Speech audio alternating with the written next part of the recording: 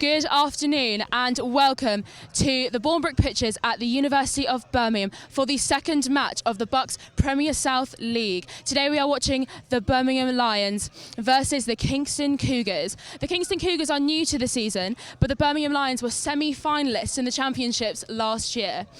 xpLosION as a general event is relatively early on in the American Football League, and as I said, this is the second match of the Bucks Premier South League, so there we go.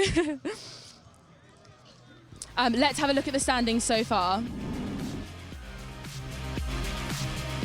The Lions and the Cougars both have 2 points each after winning their opening games. The Lions beat Imperial Mortals 47-0 and the Cougars beat Hertfordshire Hurricanes 26-13. And just a quick reminder, the Hurricanes came in second in the championships last year, so it should be a competitive matchup. So for some of you, you may be aware with how American football works, but for those of you who don't, here is a quick video of the rules to help you out.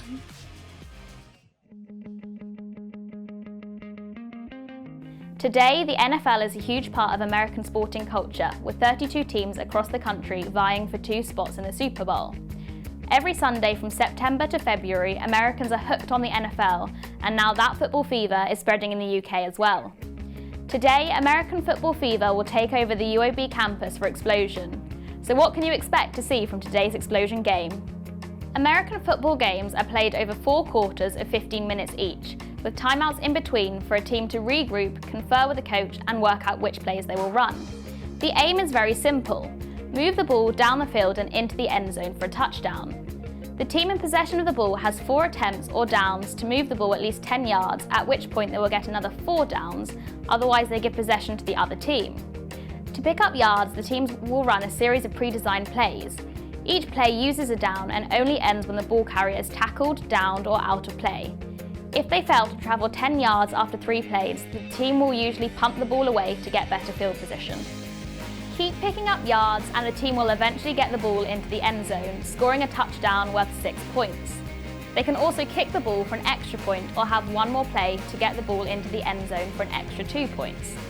If the team is close enough to the post at any point in the game, they can attempt to kick the ball through for a 3-point field goal.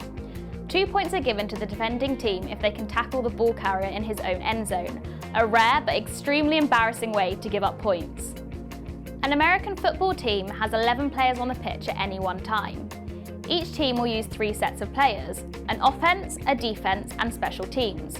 Only 1 set of players will be on the pitch at any one time. The offense is controlled by the quarterback, perhaps the most important player on the team. The quarterback gets the ball first on every play and can either pass the ball or run with it. One option for the quarterback is to throw to players called wide receivers, who run designated routes to catch the ball in open space. Another option is to use a player called the running back. He takes the ball and runs with it on a predetermined route. This wouldn't be possible without the 5 guys that make up the offensive line. Although not likely to score, they play a crucial role within the team. Their job is to hold off the defence, protect the ball carrier, and stop the quarterback from getting sacked or tackled before he can throw the ball. All the time the team on offense is trying to score, the team on defense is bearing down on them. The role of the defense is to stop the other team from scoring or to gain possession themselves by tackling the ball carrier, intercepting passes, or causing fumbles. The bigger players on the defensive line attempt to tackle or sack the quarterback before he has thrown the ball. The faster players are the safeties and cornerbacks, who are responsible for defending or intercepting the quarterback's passes.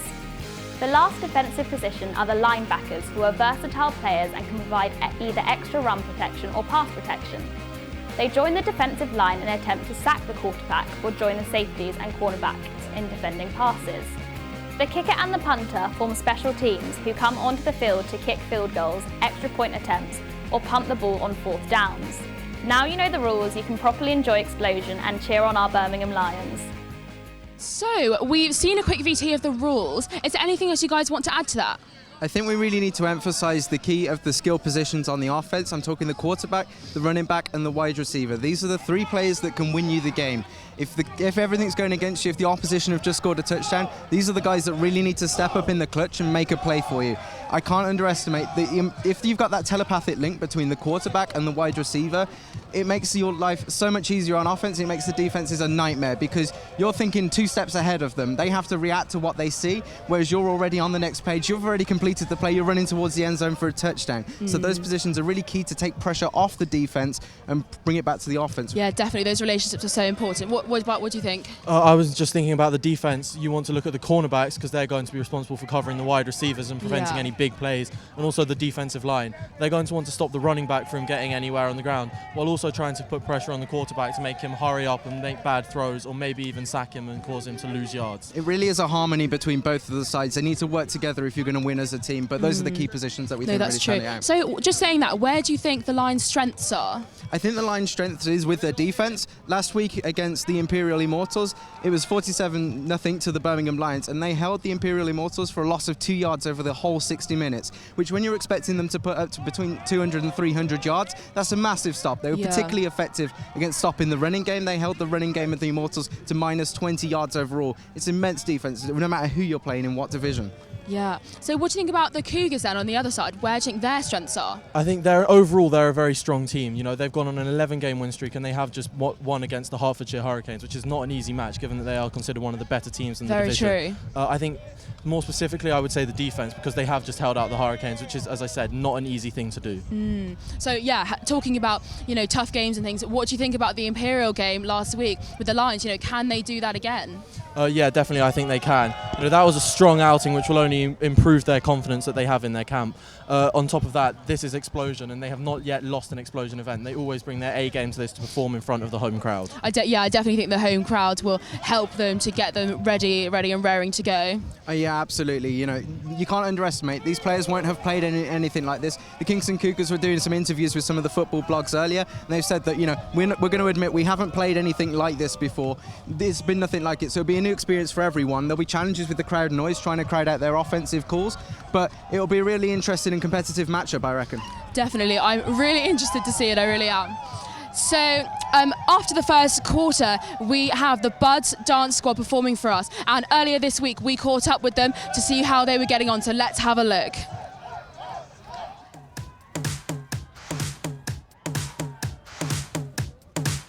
Hi, I'm Freya. I'm the co-chair of Buds and part of the university's dance squad. Hi, I'm Brad. I'm treasurer of Buds.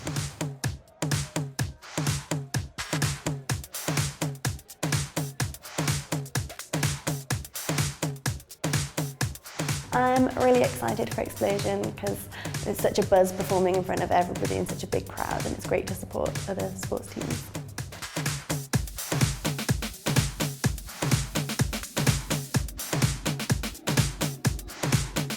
Because I'm new to the squad, I am nervous. We've got a few more rehearsals to go, and I think it'll be good on the day. The training's been really intense. We've had a lot of practices, but it's going well. We're working on making it all tight and getting the routine really slick for Saturday.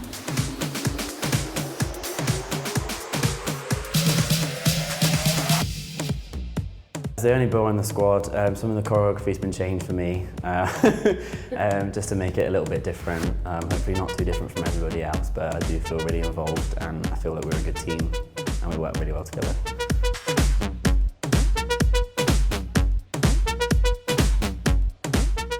Last year we were a bit smaller, we had 14 people, now we've gone up to 22. We're going to dance to a mashup. It's noughties themed with a bit of R&B sass.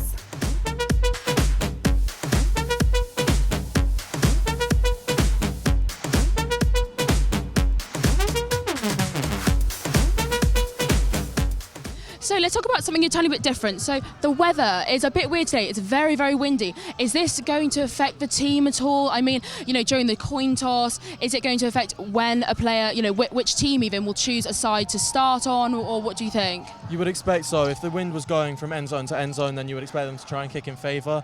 I think it's going sideline to sideline today, which more affects things like field goals and punts. However, I have just seen the Birmingham Lions kicker training, and he has looked very good with his field toss today. Excellent. So hopefully that continues. I think earlier with the downpour as well, that could affect what they decide to if they win the coin toss. I mean, looking up overhead now, it's pretty clear, so it looks like we're going to have clear skies. It means that the pitch might get better as the match wears on, so they might choose to defer the kick and kick it away in the first half. But yeah, it may change their calling style as well. Obviously, the mud's taken up a lot of the water that we got earlier. It may affect them. They can't do any cut moves, so basically the wide receivers stepping back on themselves. It'll limit their options, so the play callers will have to change what they're doing on the offense side. But yeah, I don't think it will harden up as the game goes on, and we'll see how it develops throughout the match. Yeah. So Sam, I know you've spoken to the squad and you've spoken to the captain. Like, what is the mood in camp? They must be just absolutely pumped for this match. Well, I spoke to them prior to last week's game against the Imperial players. Oh, really? So they were very confident before that. They were very happy with their preparations. They felt they were going to come back stronger than last year after a disappointing exit in the semi-finals. And then obviously having won that game so impressively, they can only be more confident after that.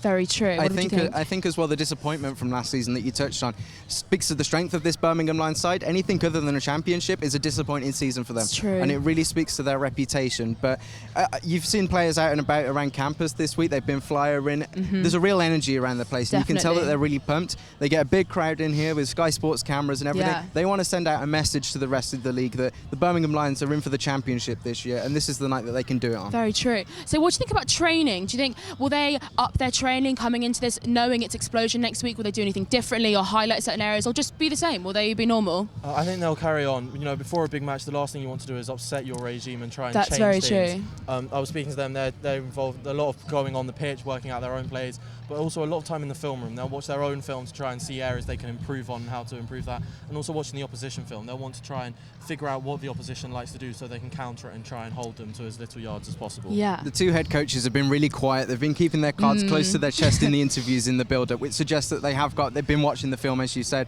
and they've got it all worked out. But I think with the experience such as the Birmingham Lions, obviously the Kingston Cougars are a much younger franchise, but I think this Lions franchise is experienced enough to know that you can't treat this just as a special game. They have to treat it the same, and I think they will bring respect to the Kingston Cougars. I think their result last week will have made them probably the best thing for them. It's made them sit up and realise you can't take this game lightly. So if any of the rookies were thinking about it, forget it, because they'd have been cut from the squad. So I think they'll treat it with the right respect and come Just here quickly, guys, who is your one person to look out for today? My player to watch today will be running back Javier Ajuwon. He is wearing number 5. He's a very explosive player. He looked very good last year when I watched him, and you know, it'll be key for them to get the running game going early. They want to get momentum. They want to control the tempo of the game. Quick mention for the rookie wide receiver, Michael Akinlaid, number 11. The guy's a beast on the sidelines. Fabulous. Thanks, guys. So, speaking of performance and practice, we caught up with the Lions to see how their training is going. Let's have a quick look.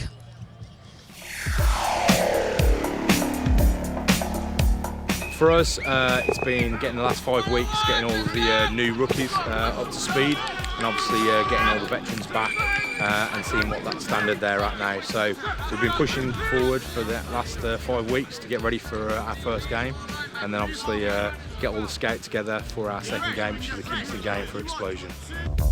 Can't think, can't sleep, can't breathe. Everything getting harder to find. Everybody jumping out of their mind. Everybody going out of their skin. See, we get to the end, but that's where we begin. You feel it? Mannequins and we breaking the mold.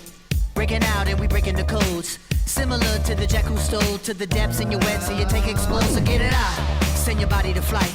It's probably sort of 15 hours a week, including gym time, but it's a lot of fun, so it's worth it. So we train out here Thursday nights, every Thursday, and on weekends. 2 hours tonight, 3 hours on the weekends, and also on Tuesday nights we train in the classroom.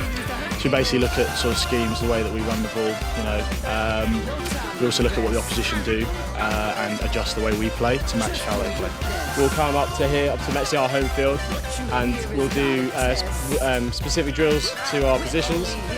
So wide receivers will go and catch balls, run routes. Obviously out here it's about mobility, flexibility, reading, so reacting to what's happening with the offense, seeing what's going on, making our plays based on that. I always play with a smile on my face because you know we all love what we're doing, and it's my favourite sport to play well. Completely ready. I mean, pre-season for me is always just about building up to the first game. I just can't wait to get out there this weekend.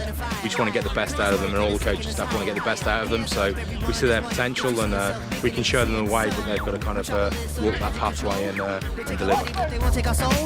Fuck that, ain't gonna do it no more. Won't do what we told, and we ain't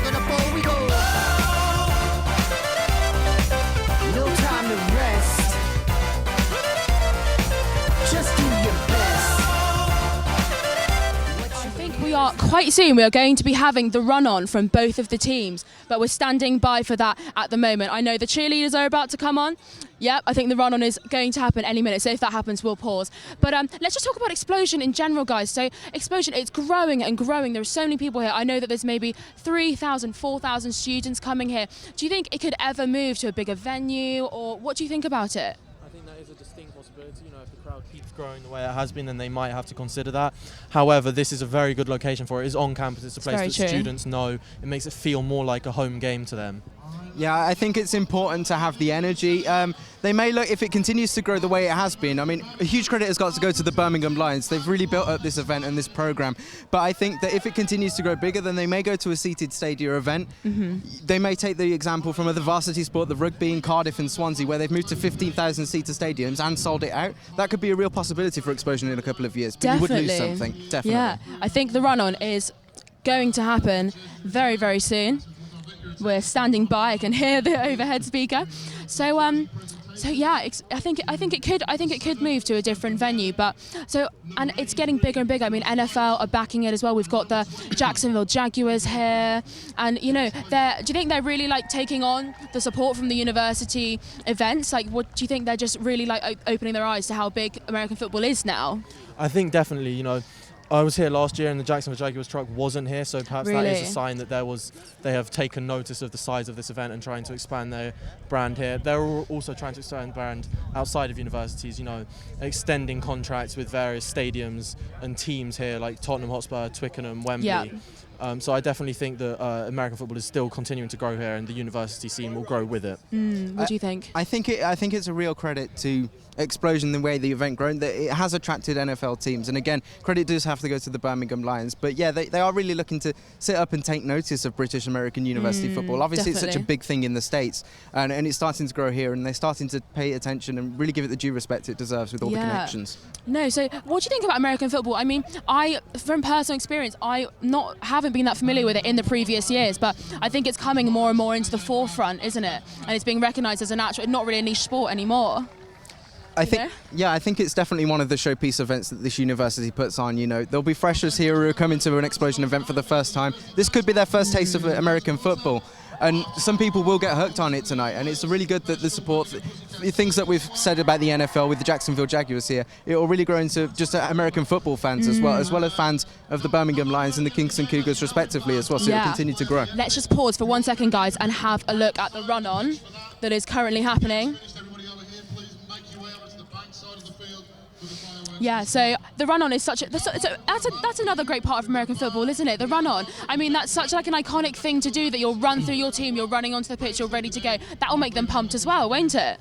Yeah, definitely. I think the Lions have a slightly different one when they all come on together in formation. It's very similar to a Roman legion in the films. It looks very intimidating to the opposition. Yeah, definitely. Yeah, I think it's one of those things, you know. I think it shows the unity in this Lions side as well. They always say that you're once a Lion, always a Lion. I think this run-on sort of proves it. They don't send out individuals. It's not like some of the NFL teams where they'll send out individuals. They like to go out as a unit, and I think it really shows that the unity that the coaches try and instill in this young Lions side as they continue to Bucks glory. Definitely. I mean, it's great looking at the pitch now, seeing the reds and the blues and the running on. It's a really iconic moment. Thanks so much for that, guys. So, as I said, this is the second match. So last week, we've had Birmingham Lions and the Cougars play a match. So let's have a look at the highlights from their last week's matches. The Lions were looking to replicate their performance against the Immortals from last year's game, which resulted in an amazing victory of 41-0.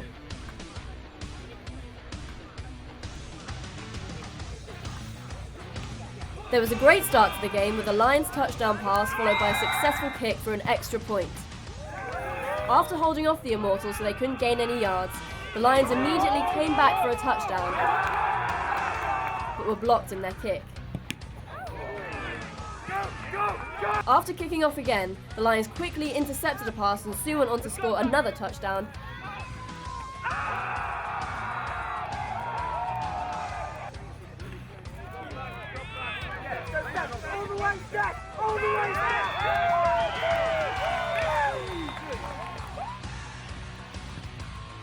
after having to redo the kick due to holding, ran the ball in for another 2 points, making it 21-0 at the end of the first quarter. In the second quarter, Lions kept dominating, scoring a touchdown after a fumble near the Immortals' end zone.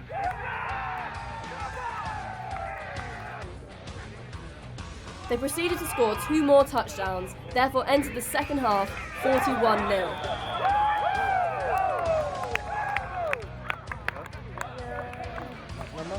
In the second half, the Immortals began to fight harder against the Lions, but came up scoreless.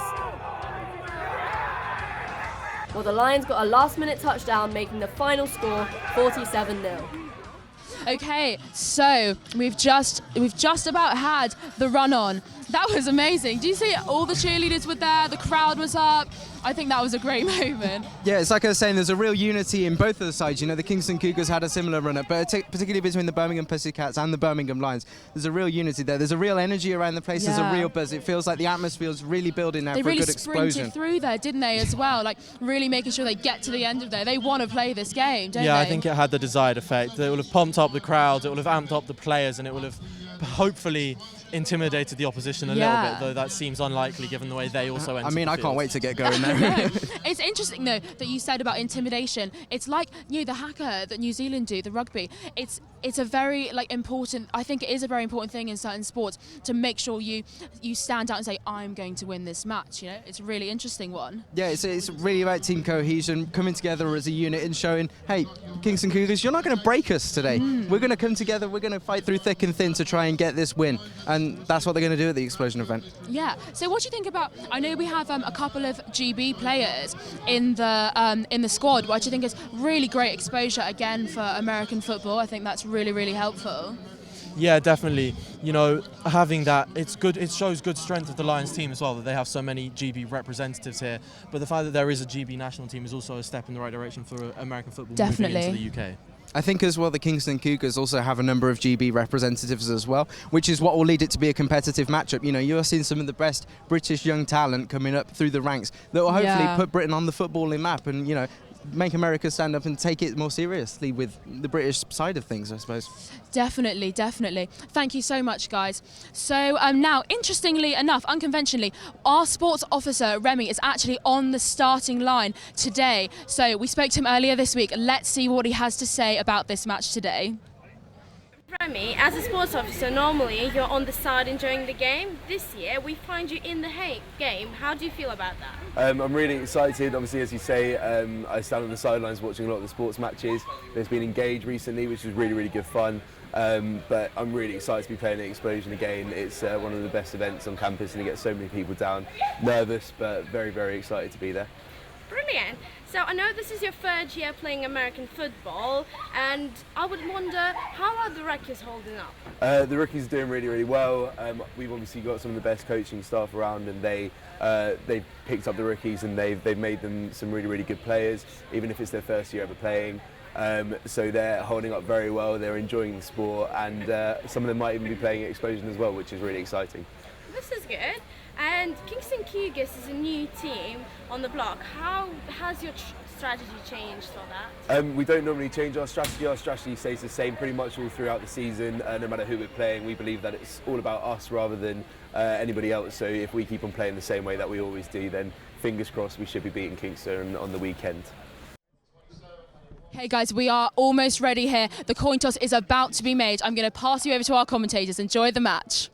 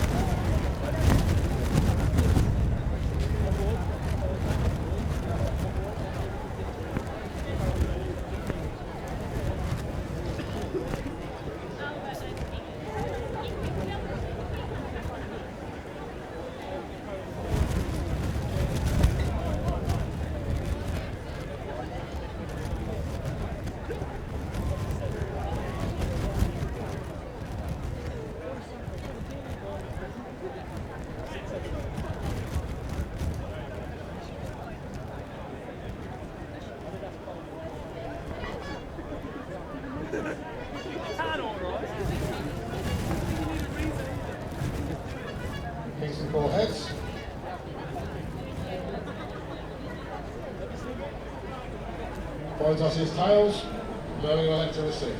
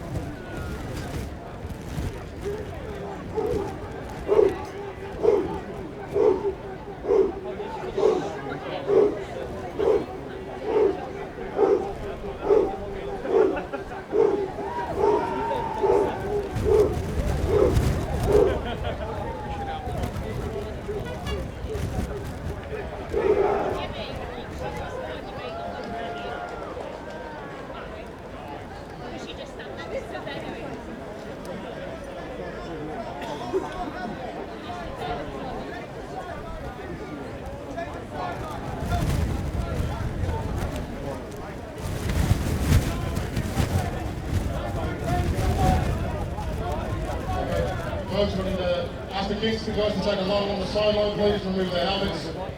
Anybody else in the crowd with a hat, please remove it. We're going to observe a minute's silence. Be signalled by the official whistle.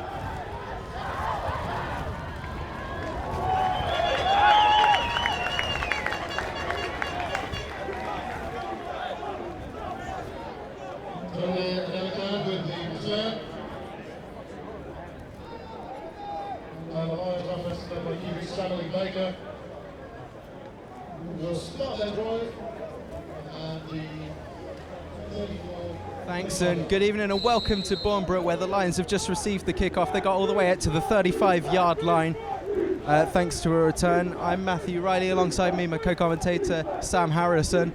Hi Matt. And we're looking forward to this matchup as they go for a running play on the first line. That was number 12 on the run there, and trying to break through the middle early on. Yeah, that's an interesting tactic. You would expect them to try and run it towards the right-hand side. That's generally the stronger run-blocking side, so maybe they're trying to trick out the defence and run it straight up the middle. With Stefan Knowles with the carry. 4. With Stefan Knowles on the carry of that one for a gain of 4, as Sam said. Second down, 2nd and 6. Here in the gun formation. Well, they almost caught them offside. There's a flag on the play. This is a free play. Why not? Let it fly. There it is. It's going bomb down the field, but it's not going to be complete. It's out of bounds on that one. Yeah, that was definitely the right idea. Once the defence was drawn offside, it's always a good idea to try and throw it deep. You've got a free play there, basically. He had number 10 open, and unfortunately the throw was just too far out of bounds for the receiver, who had a step and may well have been in for a touchdown had he caught it. Yeah, the referees have picked that up. That is an offside, and the Lions, of course, accepting the penalty after the incompletion. That's a 5-yard penalty. They'll go forward. It's 2nd and 1. Timeout called by the referees, of course. The clock stops, so they're 1 yard to go until they get their first down of the game. They line up in the similar formation. 4 receivers wide. The snap's low. It's a bad snap, but they'll power through on the running game. It's Stefan Knowles again for a big gain as he picks up around 10 yards on that one. Yeah, that was a great run and a great way to finish the run, lowering his pad level and taking the contact straight to the defensive back. Definitely a good call there. Good run blocking by the offensive line as well. You can see on the replay the defensive line of the Kingston Cougars just getting tricked there as they handed it off, thinking that it was perhaps a play-action play. So we're down now near the Cougars 31-yard line. They line up in a similar formation, 4 wide. It's taken cleanly in the snap by the quarterback, and he dumps it off outside for a little gain on that one.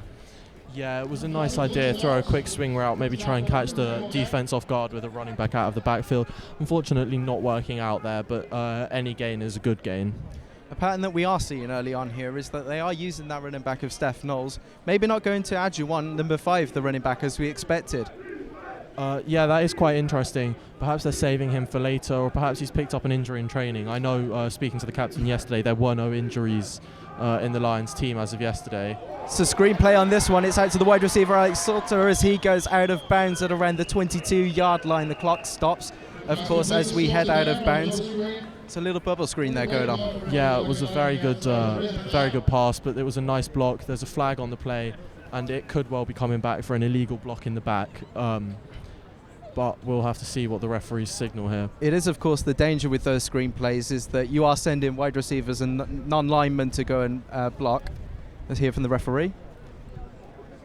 It is an illegal. It was pass interference from the offensive player. Interesting call there. Perhaps they've given that because he touched the defensive player without giving him a chance to play the ball and without turning his head to look at the ball. Of course, pass interference can be called on both sides if they restrict the player from being able to reach up and catch the ball, particularly if they're not looking at it. What that will do is the Cougars will accept that, and it will push the Lions back 15 yards on the penalty, which play. gives them 2nd and very long. Yeah, so we're back in Lions' own territory at the 44-yard line. Of course, a shorter pitch than the traditional 100 yards that you may be used to, the halfway line at the 45-yard line. So we're back in Lions territory as they come again on 2nd down. No flags on the play as they try and run it up the middle again.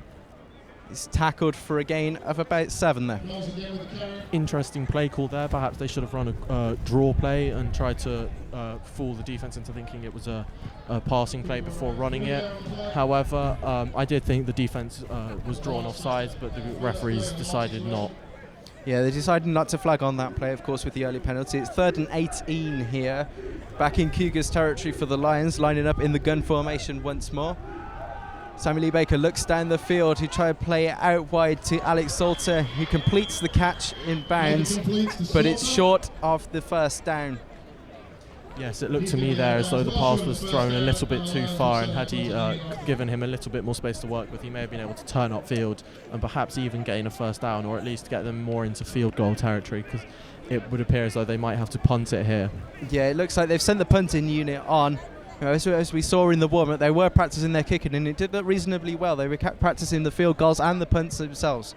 Yeah, it did look very good, but we'll have to see. This is, of course, not a very long punt, so they'll be trying to pin them within the 10 or 5 yard line, give them very little field position to work with. And that seems like a very good punt out of bounds at the 3 or the 4. Yeah, that's a beautiful point. The referee will see where they spot the ball, but it looks like it'll be around the 2 yard line, and that is the absolute perfect punt. It's more than you could ask for, really. Yeah, that's exactly what you want, because this will cause the offense of the Cougars to most likely run the ball to try and give themselves space to work with, so they don't concede a safety. And in contrast to that, it will allow the Lions perhaps to blitz and try and send a lot of pressure to try and sack for a safety. We talked about the Lions' defense, and this is where we say you can take pressure off of your offensive unit. Obviously, they didn't score there, but if they bring the blitz and if they put the Cougars under pressure, then they could cause and come at some points themselves. There was a fumble recovery in their game last week against the Imperial Immortals. Could we see a similar thing? They hand it off fairly quickly, and he's tackled. That's forced a fumble from the quarterback of the Cougars, and the Lions will have it on the Cougars' 1 or 2 yard line there. Brilliant blitz, bringing linebackers off the edge and forcing the D-line up the middle. That is very well called play, and the play action has not worked out with the Lions recovering the fumble. So let's see what So the referees have ruled that the fumble was recovered by Birmingham, which means their offense will be straight back on the pitch, and that's exactly what we were talking about. That puts the pressure back off the offense. They've come up with a big stop. 1 yard to go. We could see our first touchdown imminently. Yeah, definitely, and this is why people say that special teams is such an important part of the sport, because that punt is what's really caused this great field position for the Lions here, having been able to force a fumble given the short field that the Cougars had. It was a great punt considering that there is no specially recognised kicker that's dedicated to just kicking the ball. It was, that's what you aim for. You aim for the 1 or 2 yard line for exactly this play to happen. Yes, and as you can see, Julian is now running onto the field at running back. I would not be surprised to see a run up the middle here to try and just force it and really force their will on the Cougars' defense here. Yeah, of the touchdowns that the Lions scored last week, 3 of them were passing touchdowns. All the rest were running from the rush, from the shorthand. There's been a timeout called on the play. Yeah, I think the Cougars have called a timeout there. Perhaps the Lions formation was not what they were expecting. They're wanting to substitute out some players, or they think they may have finally realised what the Lions are actually going to call. But either way, it might also just be to sort of get under the skin of the Lions and unsettle them a bit. Yeah, that'll be their first charge timeout of the half. Of course, they're all the charges timeouts will come back at the second half, and we will see a replay now of the last play that happened of the fumble recovery by the Birmingham Lions, and you can see it was the sport officer that we talked about before the game very close who brought up with the fumble. He's being credited with the fumble recovery. As you saw in that replay, number 94 had a clean break, unblocked straight up the middle, which has probably caused that fumble there. Okay, we line up back again. Looking at more of a pistol set for the Lions. You got Julian in the backfield. You can see he dumps it off on the flea flicker outside. He'll try and run into the end zone. And it's complete. It's a touchdown for the first Birmingham Lions. It's Javier Julian, the number 5 running back, running it in for the first points of the game. Yeah, that was definitely a well-executed play. The flip-off pass from the quarterback was perhaps not as good as it should have been, but Julian was able to run it around the outside and score a touchdown. Yeah, we'll be able to see on the replay of that in a minute. You can see that, here we go, as the ball is snapped, it's quite a high snap. The quarterback does well to control it and immediately just hands it off with the flick as Julian runs to the outside. There was potential for him to be stopped behind the line there, but he manages to evade the pressure, run into the end zone, inside the pylon. That's the first points on the board. Yeah, that was definitely great awareness from the running back there to see where the space was and run it to the outside. And it was a very good play call in the end. With a few runs up the middle has forced the Cougars defense inside and then opened up space on the outside for that run. Our first point after attempt here will be with the Lions. As you said earlier, we were watching them in the warm-ups. Their kicking was fairly good. He was making all of his kicks. We'll be able to see if he could do it in prime time here. Yeah, this will be key because it will determine how the Lions move forward in these sorts of positions, whether they'll go for 2 or kick the extra point, or whether they'll kick field goals or go for it on 4th down.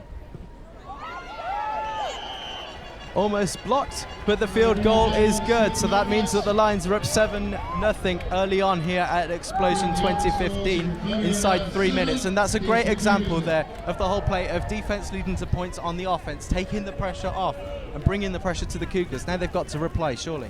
Yeah, sure. They really do have to try and reply immediately here. Obviously, they've had one offensive play, and it went about as badly as it possibly could have done.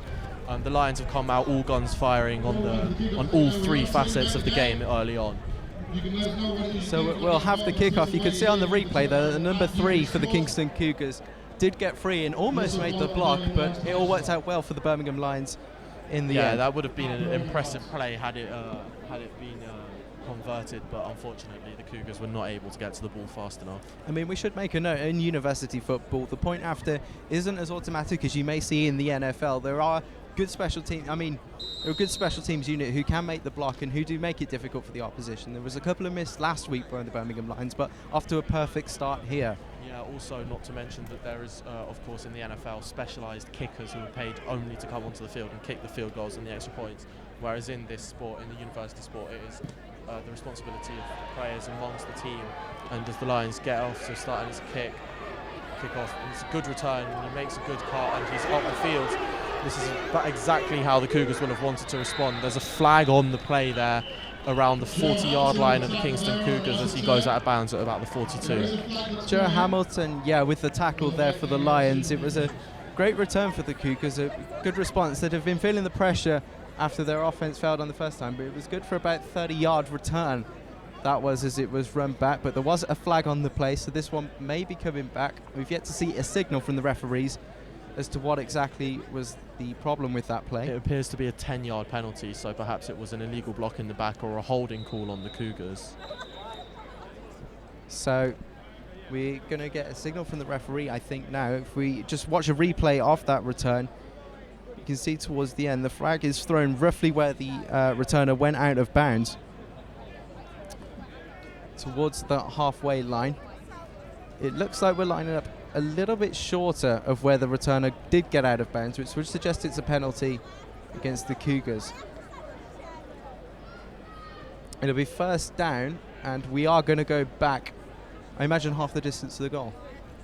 Half the distance to the goal, or perhaps 15 yards. That signal there appeared to signify an unnecessary roughness penalty, which is a really, really stupid thing. You cannot afford to do that, especially on such a good return, because now their field position is really poor on around their own 17, as the announcer has just said. Yeah, it'll put the Birmingham Lions defense, it'll get their tails back up. It was a big leak to the left-hand side that allowed them to get that such a good return. You can see once again the Lions with the rush defense tackling the runner for a loss or no gain at all. It'll be second down for the Cougars, and it's Remy Clauses again making that tackle. Yeah, that was a very impressive play from the Lions. They're definitely trying to completely take over all momentum by stopping the Cougars from having a running game. They're trying to make them a one-dimensional offense, and it'll make it easier to defend against the pass later on. Absolutely, a loss of 2 on the play. It'll be 2nd and 12 here in their own territory. Quarterback seeing something, just calling an audible to the rest of the team so they're all on the same wavelength. This is what they're doing. Defense getting the crowd pumped. The quarterback takes it, scrambles. The quarterback takes off, and that's a very good play, and he gains a few yards there. He's very aware. The Lions had a couple of free runners on the quarterback, so it was very good awareness from the quarterback to just take off and get as many yards as he could. Yeah, how important is it to contain the quarterback in matchups, especially when the Lions have been so dominant against the rush in recent fixtures? How important is it to not only have a quarterback that can scramble out of the pocket, but on the defensive side to contain that quarterback as well? Oh, it's crucial. You look at players like Russell Wilson and Cam Newton in the NFL, and that's what makes them such threats, is that they're always possible to run it, as the Cougars here run another play inside, which is stopped for very little gain there by a stout defensive line of the Birmingham Lions. Yeah, again, it seems that the defense are very good at defending that rush. We've yet to see the Cougars really try and pass anything, try and test the defense through the air, test the safeties, test the cornerbacks themselves. It's mainly been a running defense. It's going to be a 4th down, so the Kingston Cougars are going to punt this one away. You can see there the 2 lines coming together and being tackled for little gain at all. So 7-0 and a quick 3 and out for the Kingston Cougars after the penalty on what was great field position on a great return, but brought back because of that penalties. Could kill both sides in this game. This one's punted high into the night sky. It's come a lot shorter than any of them have seen. I think the Cougars will let this one bounce. And is there a play? Now, if the Lions have touched this, then the Kingston Cougars could recover it. We'll see which way the referees wave this one. They've waved the play dead, as signalled by the timeout. But it looks like there's a lot of activity on the Cougars bench. Yeah, they're definitely reacting as if they've recovered that ball, and the referee signal accordingly. That's very poor awareness from the Lions there. They should have just left it and let the Cougars touch it down, and the Lions would have had brilliant field position at the 44-yard line of the Cougars. But now it's the Cougars who have that field position. And so the punt, again, the special teams working wonders here and giving them a second breath after a poor offensive series. Yeah, what's happened there is one of the Lions players touched the ball. That makes it a free ball, and it means that they can go for it. There's flags on the play here just before the snap. Let's have a look. It looks as though the Cougars are getting moved backwards for a false start here. Another penalty that you cannot afford to give away, otherwise it will just kill your offense completely. That now gives them a 1st and 15 instead of a 1st and 10. I mean, they're small things, but they really make a difference in the long run. The going those 5 extra yards can be the difference between a touchdown and a field goal, right? Well, it also may affect the play calling as the quarterback takes off again and scrambles, beats one tackler, and then goes out of bounds, and he appears to have made back all of the yards and then a few extras from the penalty. But that's just great play from the defensive line to force the quarterback out of the pocket before he can go through his reads. Absolutely, yeah. We've still yet to see Kingston pass it through the air. The clock's still running, of course, as they line up. Just one runner in the backfield. In the second down play, this time they do pass it over the middle, and there's a receiver wide open in the middle of the field. Yeah, that was a great pass. There was man-to-man coverage, and he was playing him very tight, but he threaded the needle, got the ball right into the basket, and that's a great play. They kept the running back in the pocket there to block and to negate the pressure that Lions defensive line is causing, and that has led to a big gain on the play. Yeah, the Cougars now line up on the Lions' 23-yard line and going well here on the drive. 1st and 10, they hand it off to the runner who spins inside, but he's going to get tackled down for perhaps no gain, maybe even a loss of 1 yard. Yeah, the Lions definitely have a very stout run defense here, which could very quickly cause this game to become a one-dimensional Cougars offense against a very quick, very ferocious Lions defense. Could you think, from the offensive play coordinator's point of view for Kingston, could you look at it as, with that passing play that's gotten them into this field position, there's a vulnerable middle. He was double covered and still managed to make it. As they go back to the passing game, just about makes the completion. But could that be a viable option as they go longer, that they're going to have to go pass and perhaps a few play action calls? I think play action calls wouldn't work eventually because the Lions have been so good on the defense. Perhaps a couple of ideas early on now would be to run maybe counter runs or screen passes to try and negate the over pursuit and the very quick line speed of that Lions defensive line, to try and create some plays and make them think again before they just run straight at the quarterback. Crowder up again, takes it out of the pocket, throws on the slant route underneath. The play is bone dead. It's short pass completed over the middle. It might be the 1st down. We'll have to see. And the referee signals that it is a 1st down, so 4 more attempts to get towards that end zone for the Kingston Cougars. You can see the Cougars' offensive game plan here is just to get the quarterback in a rhythm, give him some easier completions here. He's made a few harder ones, now give him some easier ones, get him in a rhythm, get him in the mood, make sure he's throwing well, because they're probably aware that their run game is not working right now and he may need to throw a lot. Referee's just checking for a measurement here. They're going to bring out the chains just to check to see whether it is a 1st down. If not, it'll be just inches short. And you imagine that in this field, they'd probably be able to go for it. It'd be 4th down if they didn't. Yeah, I think they would go for it if they didn't have the 1st down, because that would have been 4th and inches, which most teams in that position down a touchdown would probably go for, trying to level the playing field again. Yeah, chains are off the field. It was confirmed to be a 1st down, so 1st and 10 from about the Lions' 13-yard line. And of course, this would be the first score that they'd have given up this season for the Birmingham Lions. Yeah, that would be a huge win for the Cougars down here now, to get any points at all, just to make let the Lions know, you know, we're not like the team you faced last week, we can score points against you.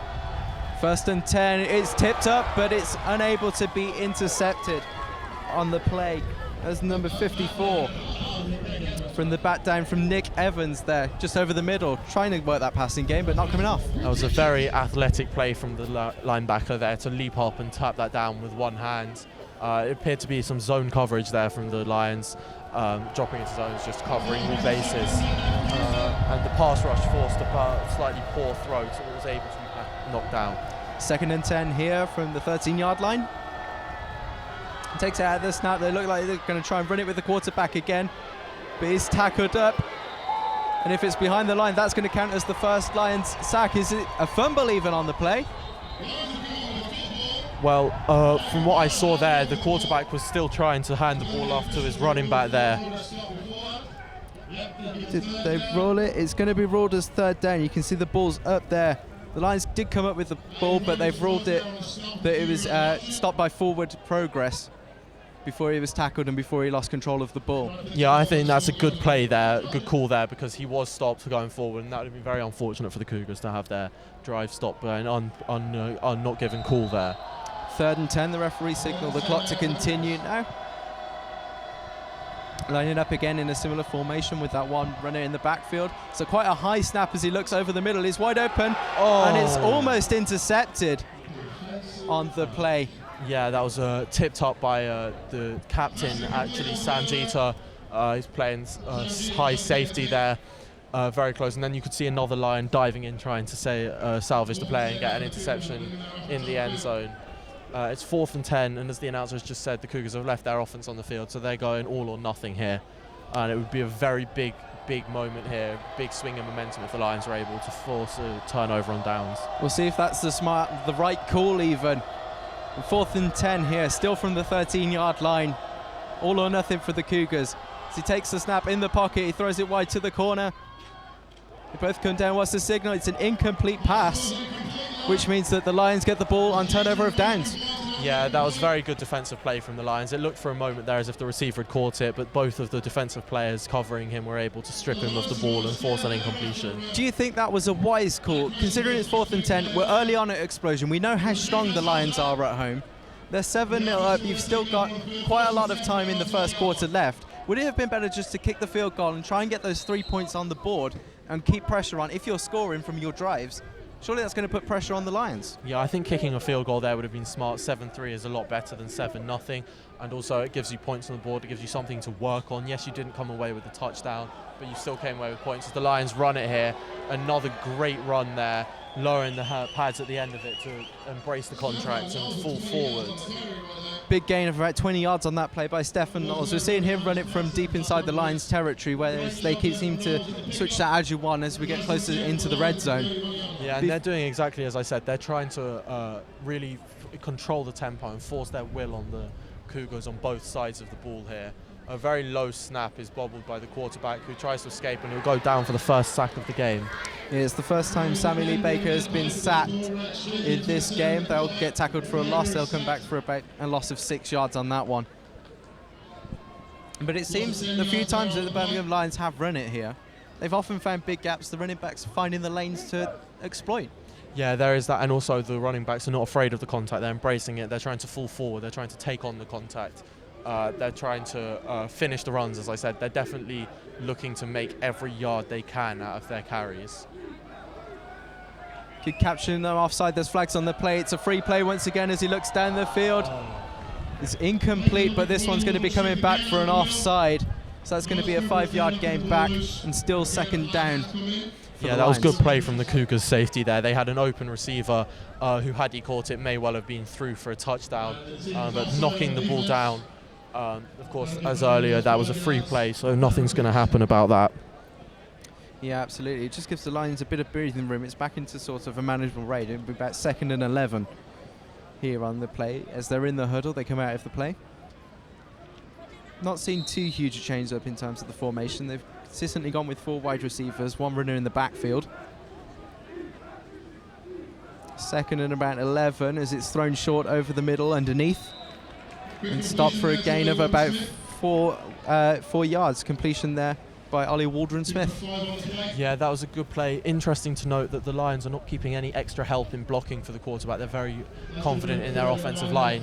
You see the 4 wide receivers, they're not lining up adjacent to the line, to the offensive line, and the running back is running out on a swing route or making himself available for a pass should the quarterback need to dump it off to him. Third down here for the Lions. Third and about 9. You can see they're trying to catch them offside again as they hand it off. And it's Ajuwan with the run up the middle. But the fumble, the ball's come out, it's still loose. And it looks like the Lions have recovered that one. It'll be interesting to see here whether the referees rule him down by contact or whether that will be ruled a fumble. Either way, the Lions will still keep it and have the first down there with a great play call of a draw on third down and long. Ball popped out and the referees have spotted the ball at where the Lions recovered it, so they're not going to rule him down by contact, as we see on the replay here. Tries to exploit the middle and he gets good tackling. They just rip the ball out. It's number 20 for the Kingston Cougars, and it then gets kicked out. Still a free ball at this point with the Lions jumping on it. Can't quite see. I think it's Alex Salter with the recovery, the wide receiver with the recovery on the fumble. Yeah, and Ajuwan had a massive hole to run into there, which was great blocking again by the Lions. And they've got Akinlaid in motion. Blitz being sent by the Kingston Cougars as the quarterback runs up the middle for a gain of about 4 yards as one of the receivers that we talked about, the rookie wide receiver Michael Akinlaid, number 11 there, was in motion. Yeah, that was probably just to try and make the Cougars think twice. That was very good play by the quarterback there. He's seen the rush and avoided 2 rushing defenders before going down for a gain of a few yards. Yeah, gain of 3 on that play. It'll be 2nd and 7 for the Birmingham Lions in Cougars territory now, about on the 41-yard line. Again, we're not seeing too much variation in terms of their formation on offense. They take the snap. It's a better snap this time as he looks underneath, under the middle, but that's incomplete. Looking for the screen pass there, which is why there was massive pressure up the middle. Unfortunately, the pressure got there too quickly and he had to throw it to at the feet of his receiver for an incompletion to avoid being intercepted there. Big clock stop. It's 3rd and 7, and this is when we talked about those skill players really stepping up, making a play, continuing the drive down the field. Yeah, that's definitely it.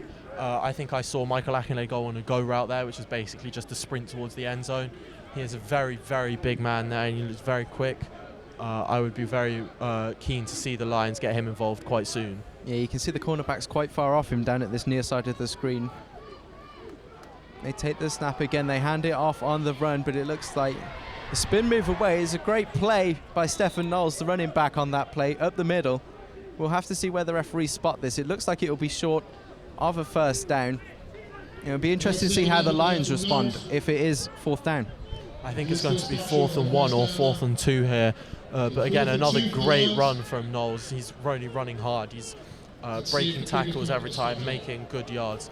Fourth down, yeah, they're keeping their offense on the field. Yeah, it's quite telling that both of these sides looking to go for big. They're not going to just settle for field goals in this one. Mind you, they are close to mid-range. It would be a long way out, but they're not going to go for the punt. There's a play action on that one. Sorry, a draw on that one. As the running back with a big game for the Lions, it seems like the gang ball paid off. Yeah, that was a very good run. He's running around out the outside. That was a sweet run.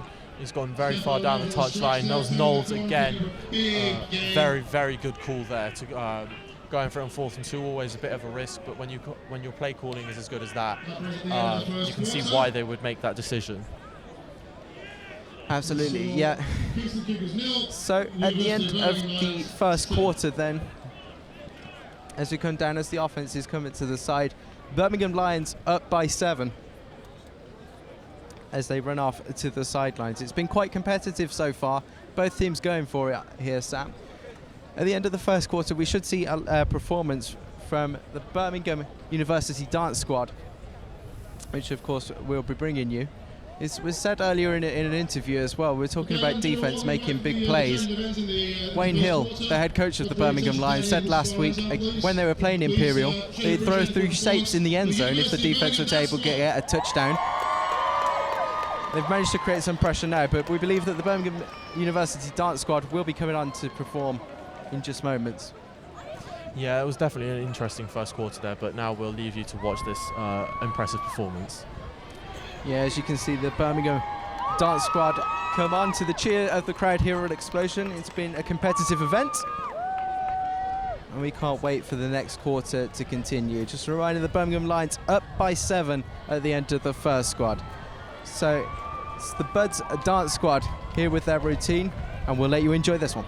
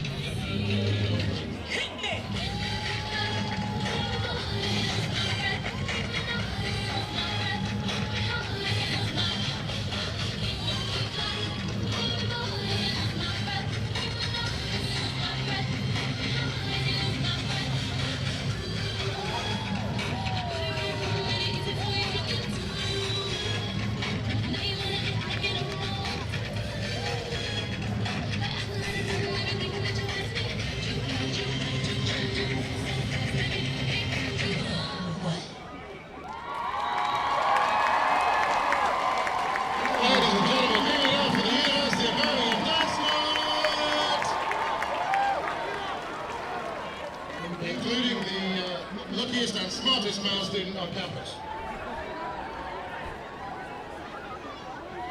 Great performance there, folks. Great job. Here we go. Back to the football now. We got first and goal for the So Lions. that was the Buds dance squad there, taken off from the field. Obviously, we've switched ends for the second quarter. The Lions and the Cougars back onto the field. A similar formation. We noticed how the Lions send a receiver in motion and they pass to... I even got fooled by that action as Ajuwan runs to the outside, and the signal is a touchdown. Ajuwan producing the goods in the red zone again for the Lions. Yeah, that was a good run from him. It looked shaky there for a minute as he started running backwards to try and outrun the defender. Fortunately, he was able to do so, and he scored another touchdown. And that's just proving the point about how the Lions are really controlling the game here. It's another touchdown for them. You could see... They'll go for the extra point and hopefully they'll be up 14-0. Yeah, you could see there from the receiver in motion, it certainly fooled me, probably fooled the defence as well. They thought that Birmingham have tried to utilise some of the screen plays early on. They will kick the extra point here. So far, perfect from this one, but the Cougars were close to making a block on the last play. It'll be interesting to see if this one's as close or if it is blocked. It's a low kick, but it's a good kick. Birmingham Lions up 14-0 early on. Yeah, and now the decision of the Cougars not to kick the field goal and go for the touchdown really looks bad now that they're 14-0 down. 14-3 is a scoreline that you can come back from fairly quickly. I mean, the problem is when you get the Birmingham Lions on a roll here at xpLosION, as the crowd has built, as you can see from the images that we're bringing you, that it's very hard to slow the momentum down. It's very hard to get back on your side. And by just chipping away at the constant scoreline, by kicking field goals and things like that, it is what will enable Kingston to get a foothold in this game, surely. Yeah, and it will also prevent them from getting demoralised there if they keep scoring points. If they keep having drives without scoring any points, then they're very quickly going to believe that they can't win this and that they are going to get overrun quite considerably. I think it's, you know, when you are playing the Birmingham Lions, they don't make too many mistakes defensively. They are a very good defensive unit. When they give up points, I think you really do have to take them rather than going for it. It wasn't in a dire situation, only down 1 touchdown as well. No, I think that definitely was not a very good decision. I was surprised at the time on 4th and 2 they went for it? Yeah, it was. But you can see the benefit when it paid off for the Lions. They got a touchdown there as they fumble on the special play, but it's picked up and now they'll try and run it back. Yeah, and you can see the occasion is really getting to the Cougars. There are 2 players going for it, neither of them calling, and a bit of a miscommunication, and the ball is dropped. They don't get as good of a return as they perhaps could have hoped for. Yeah, they get it out to about their own 26-yard line. You can see here on the replay, just cuts inside, trying to exploit that middle. And bringing him down. It's on their own 26-yard line. No, sorry, 28-yard line. As they line up here. It's been interesting. They found most success on the passing game. Do you think they'll go for that here? I did think they might go for it there, but they've tried to run it again. And again, they have not gained many yards there. It's a similar result. The ball may have come out there, the way that the Lions players dive on that. But it's been called for a second down. It looked like it could have been fumbled, but if it did, the Cougars were recovered or the runner was either down. But again, little to no gain on that one. Is the rushing game really working for them? The rushing game isn't working for them, but at the same time, I do think it is very good of them to keep going after it. If they just give up on it and keep going for the pass, the Lions will see that and then they won't get any gains anywhere. Yeah, sometimes you just got to persist with the run game, and then that one big play can really have a shift in momentum. It'd be second down here, 2nd and 10. Takes the ball out of the pocket, looks to the left, and that pass is incomplete. Throw is out of bounds. He was targeting the number 3 of the Cougars there, but he was well covered. Yeah, he was well covered. He looked like he had a step on them, but unfortunately the ball was thrown behind him as well, so he never really had a chance there. Again, the Cougars keeping the running back into block. They really are struggling to keep a hold on this Lions defensive line. So this one's coming back. There was a flag on the play. They're calling this one for offsides, which means the Birmingham Lions have given up 5 yards. It was a free play for the Cougars. It'll be 2nd and 5 for the Kingston Cougars. Scrambling out of the pocket is the quarterback. And they go wide. Looks like there's a flag on the play there. Or is it a flag that wasn't picked up from the previous play?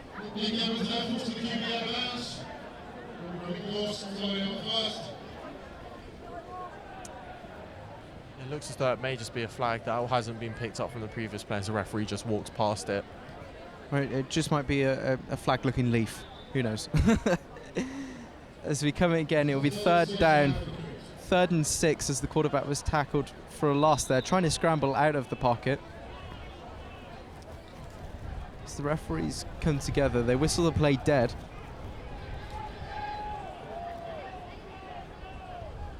Yeah, it was a flag on the play that they now have picked up. I'm glad my eyes aren't going that badly. No. It'll be interesting to see what Kingston does here. I would expect them to go for a pass, but it'll be interesting to see how they use the running back, if they try and keep him there as a blocker or not, because when they haven't, and even when they do, they get pressure, and that's an interception by the Lions, who run it back down the left-hand sideline. It was the first interception of the game. It was number 24 who brought up with the interception. It's Dan Hampton with the interception, trying to run up the left and getting good yardage there. Yeah, and it was a great defensive play all around from the Lions. They got great pressure, even with the running back in blocking, forcing a poor throw from the quarterback, and the defender just undercut the route and jumped up to pick it off cleanly. There was a flag on the play, but I think it was after the pick that it happened. As you can see, As you just see the replay getting tackled there. It looked to me from here as though there may have been a horse collar tackle, but I'm not entirely sure of that. Yeah. So we'll have to see what the referees give here. You can see the referees in the far side of your screen convening, just deciding what the rule is. It's unclear. I imagine that the Lions will come up with this one. It looked like it was after the play. So as the announcer does, it's a good time to remind you, at half-time we will have more performances like the Buds Dance Squad. We will have the Birmingham Pussycats, the cheerleaders, performing at half-time, and we'll be bringing you that, as well as the half-time analysis, where we go over what's worked for both teams. You see the flag has been picked up as signalled by the referee there. There's been no flag on the play, so the Lions will take over here from the Kingston Cougars 27-yard line. Yeah, and they now have a really good opportunity to put this game to bed and take a 21-point lead, which would really seal it for the Cougars and force them to start throwing the ball to try and really get back into this game. And this game could be won by half-time here as the referees whistle the play dead again. Yeah, unsure what they were whistling this one dead for. So, Lions got off to the sideline. You can see the quarterback on the far side of the pitch just going over, just confirming the play with his coordinator. As the referee seemed to call the timeout on that one. It doesn't seem that either team called for the timeout. As you can see the cheerleaders warming up on the far side of your picture. You see what the referee has to say on this play. Lions back in the huddle. So you can see the cheerleaders on the far side still warming up for half-time and cheering the Lions on as they attempt to snap this ball. It will be 1st and 10 from the 27-yard line of the Kingston Cougars. Out of the snap is the throw. It's a screen play thrown to number 9, Adelekan. And it's a good gain of maybe 6 or 7 on the play there. And it was a play-action pass, which is really what you want to be doing. You know, they've had a good running game and they've faked out a couple of times, handing off and then faking a pass. So this time they do the reverse and fake the handoff and then throw the pass. The pass was maybe a little bit high. Perhaps if it had been more flat, they could have had a bigger gain on the play, but the receiver had to come back for it and jump up to get it. It was another screen play from the Lions. It's one of those plays that they seem to be going to. It seems to be their go-to plays on 1st down. 2nd and about 6. As he flicks it to the outside, it's Stefan Knowles again, finding a route through the middle and keeps charging forward. Trucking, he's got blockers with him and he's going to be tackled. He's going to be tackled just short, maybe 2 yards out. Yeah, that was a great play call, great carry. Just back to the previous point about a lot of screens. Judging by the way the Cougars are lining up, it appears they may be playing man-to-man coverage or some sort of deep zone scheme. And so the Lions may have identified that the outside cornerbacks are lining up quite deep and there is a lot of space underneath for them to throw the ball or run it. You can see here Stefan Knowles just able to exploit the middle as the blockers managed to disperse the Cougars' defensive line out wide, leaving that lane up the middle. Stefan Knowles has really been the go-to player to come and get them their 1st down. So they take the snap here and they try and run it outside again, trying to fake with that in motion with Alex Salter again, but there was nothing doing this time. It looks like that they might have been tackled for a loss of 4 yards on this play. Yeah, that may be just one time too many going for a run up the middle with that player. They may want to look to try and run a pass play now, or maybe a slant or something, catch the defense off guard here. It's about mixing it up, keeping the defense guessing of what you're going to do next, and I think that's why they're mixing very often between these screen kind of plays and the runs. Be 2nd and 9. Sorry, 2nd and 14.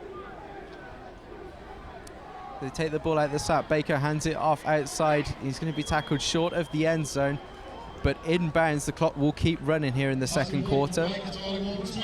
That was a completion to Ollie Warden-Smith for a game of about 7, but short of the end zone.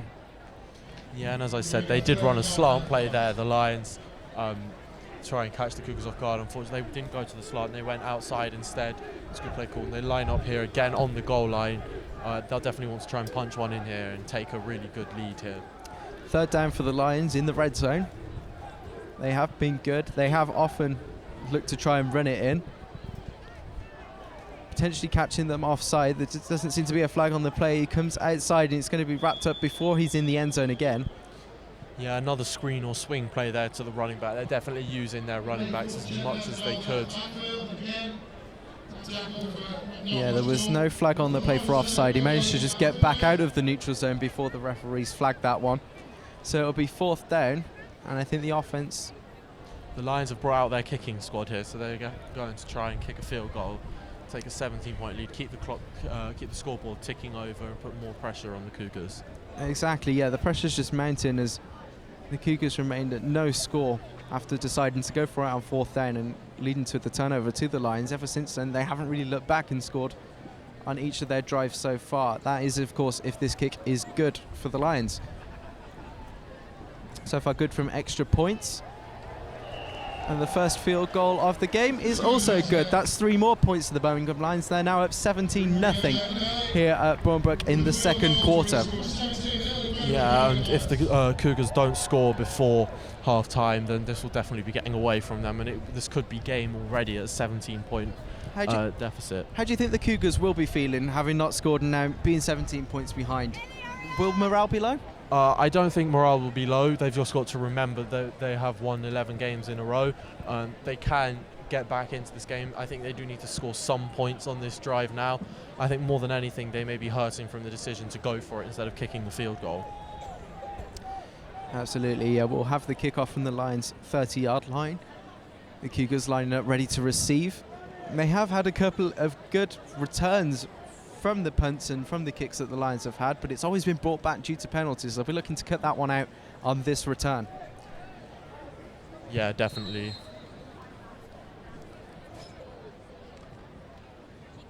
So Lions going for a quick squib kick.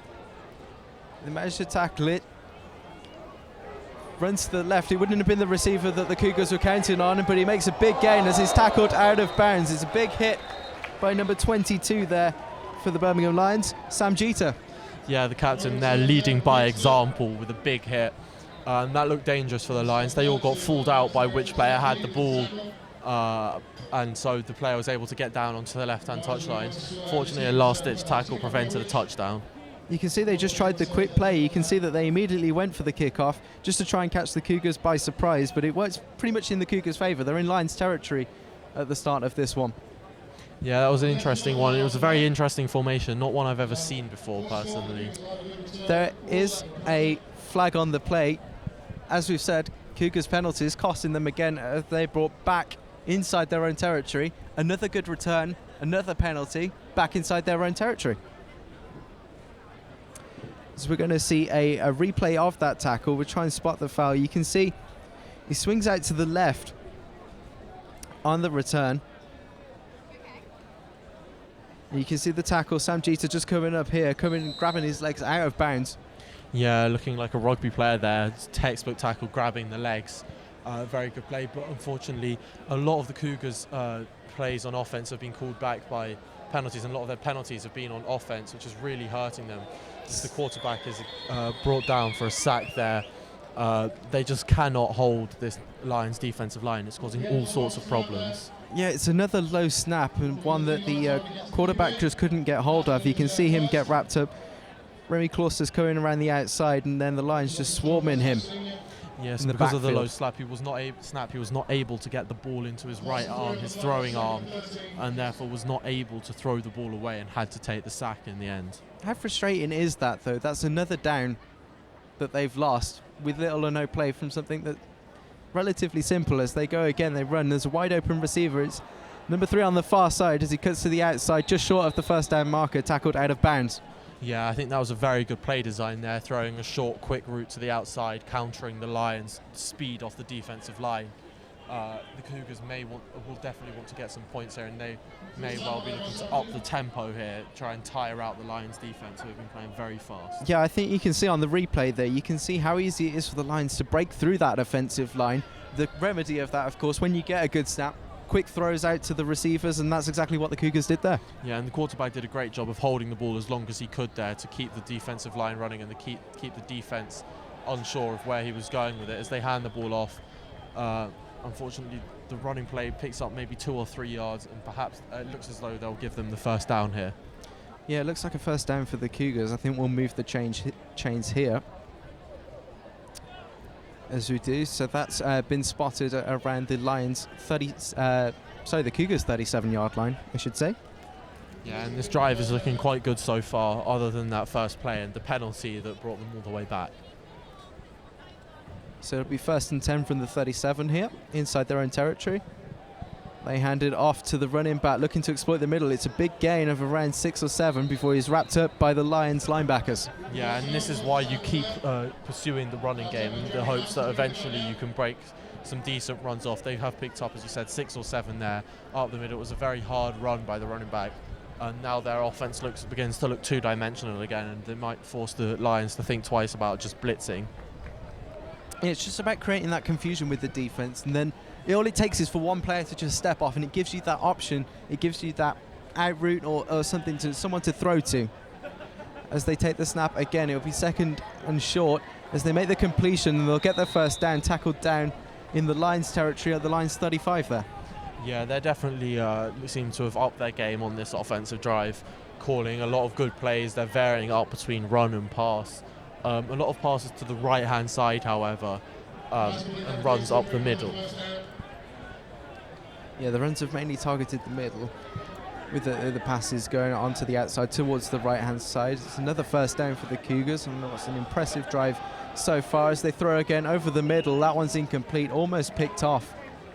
Yeah, there were 3 or 4 Lions defenders in the area there, so the Cougars would have they've got away with not conceding an interception and turning the ball over there. Yeah, we're talking about morale boosters as well. The interceptions aren't doing them any favours as well. There was an interception on the last drive. It's the last thing that they need now in the second quarter with the scoreline looking the way it is. Yeah, I think an interception could well and truly kill this game because it would give the Lions another opportunity to extend their lead, and it would really hurt the morale of the Cougars team. 2nd and 10. So the Lions break through the line once again, and somehow the pass is completed on that one. It looked like that could have been an interception as we were talking about it, but what a great play from the wide receiver. Yeah, great effort there to go and get that ball and take it from the defensive back. It was a matter of who wanted it more in that situation, and the receiver wanted it more. You can see on the replay there is he was double covered practically as he goes on that out route, and he's quite tightly covered. He was covered by number 23, Aidan Roddy, but still manages to come away with the ball. 3rd down here as the quarterback scrambles out of the pocket. The Lions breaking through once again. He takes a pop deep down the field in towards the end zone, but the pass is incomplete. 4th down. What do you do if you're the Cougars? I think from this range and in this situation, with 6.5 minutes left in the second quarter, they may have to go for it on the 4th and short situation here because they need to get points, and from this distance a field goal may not be a viable option. Yeah, it's 4th and short, so they may try and spring a running play, although the Birmingham Lions have been aware to the running game so far and have tackled them mainly for losses, but there's been a couple of good plays, but they are finding successes with the passing right now. It looks as though the Lions may only choose to rush 3 here at the quarterback. Quarterback scrambling. He sidesteps one, and I think he'll have enough there for the first down. Yeah, he made a couple of defenders miss there, and it was missed tackles there that may have enabled the Cougars to keep this drive alive. Yeah, so they'll get a new set of downs now. As you can see on the replay, the quarterback running to the outside, making 2 defenders miss before going down. That's enough for the first down. We'll move the chains. And we'll get ready. New set of down. 1st and 10 at the Lions' 23-yard line. Very almost in the red zone for the first time. Yes, and that was a very good recognition from the Cougars players there to spot that the Lions are only going to send 3 linemen rushing and hold everyone else back to prevent a pass, and so they ran the ball and picked up enough for the first down. Absolutely, you can see the coaches waving on the touchline for the play. As the pass is thrown deep, but it's too far. It's over the head of the receiver. That's incomplete. That'll bring up 2nd down. Yeah, that was an impressive throw from the quarterback on his back foot to throw it across the field and throw it so far. Unfortunately, it wasn't able to find its target. However, that may be a good thing for the Cougars because there were 2 Lions defenders in the vicinity who could well have intercepted that pass. Absolutely, and particularly so close to the red zone as well. You wouldn't want a drive-killing interception here. So it'll be 2nd and 10 from the 23-yard line of the Birmingham Lions here.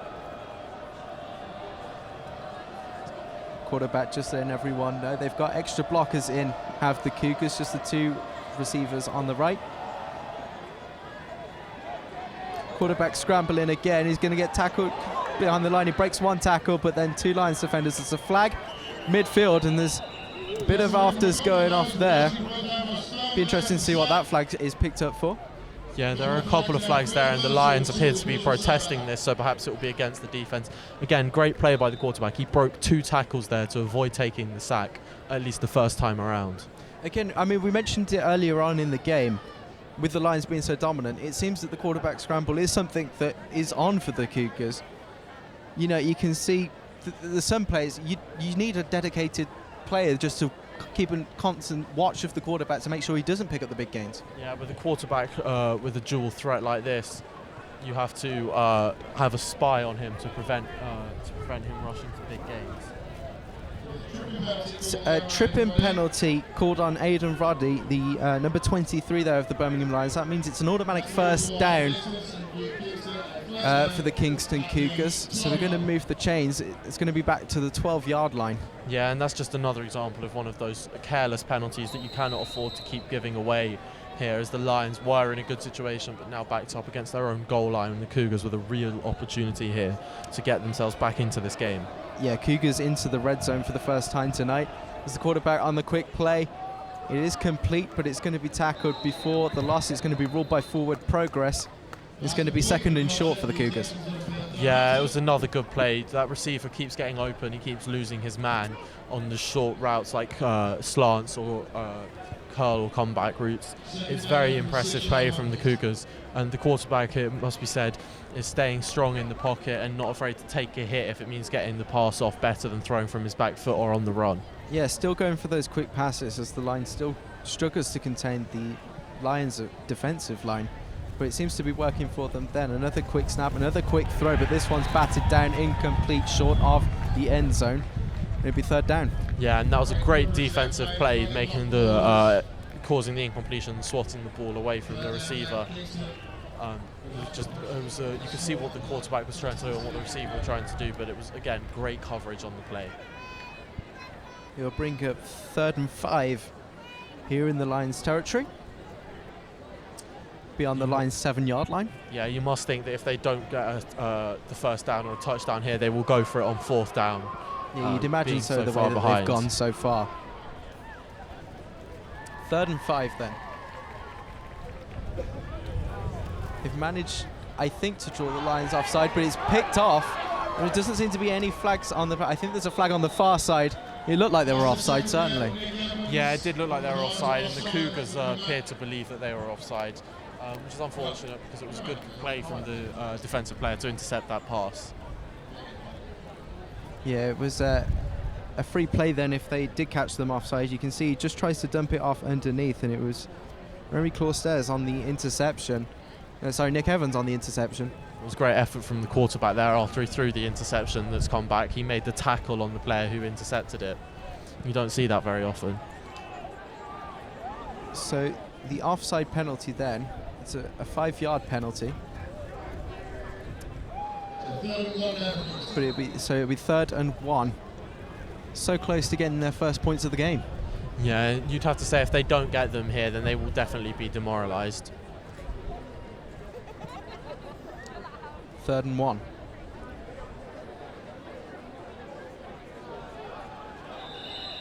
The flags have been thrown. There was a lot of pointing over on the far side, looking for a full start penalty, which would of course push the Cougars back into 3rd and 6 as the referee signals now.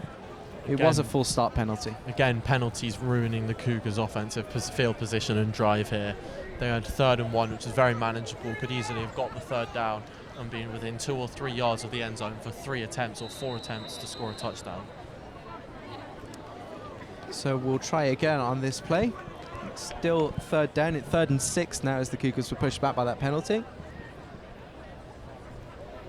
And one of the Lions gets clean through. The quarterback can't get it off and he's tackled for a sack and a loss. It'll be about 4th and 11. It's Will Stone with the sack.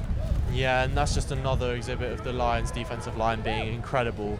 The great speed, great strength, shrugging off the offensive lineman, and then they're going straight through on the quarterback, and no matter how quick he is, no matter how fast he gets out of the pocket, there's always a Lions player there to meet him. You can see Will Stone always keeping eyes on the quarterback. He never really lost track of him. And he immediately going for him as he once again tries to scramble out of the pocket. This time it hasn't worked for them. It'll be 4th and 13. And it looks like the Cougars will kick the field goal. They will try and get some points on the board here. Yeah, this seems like a smart decision. Perhaps they're wishing they had done this earlier as well. Just on the replay there, it appears as though the Cougars quarterback may be getting frustrated with his offensive line and their lack of blocking for him. The kick is no good, so they're going to come away with no points.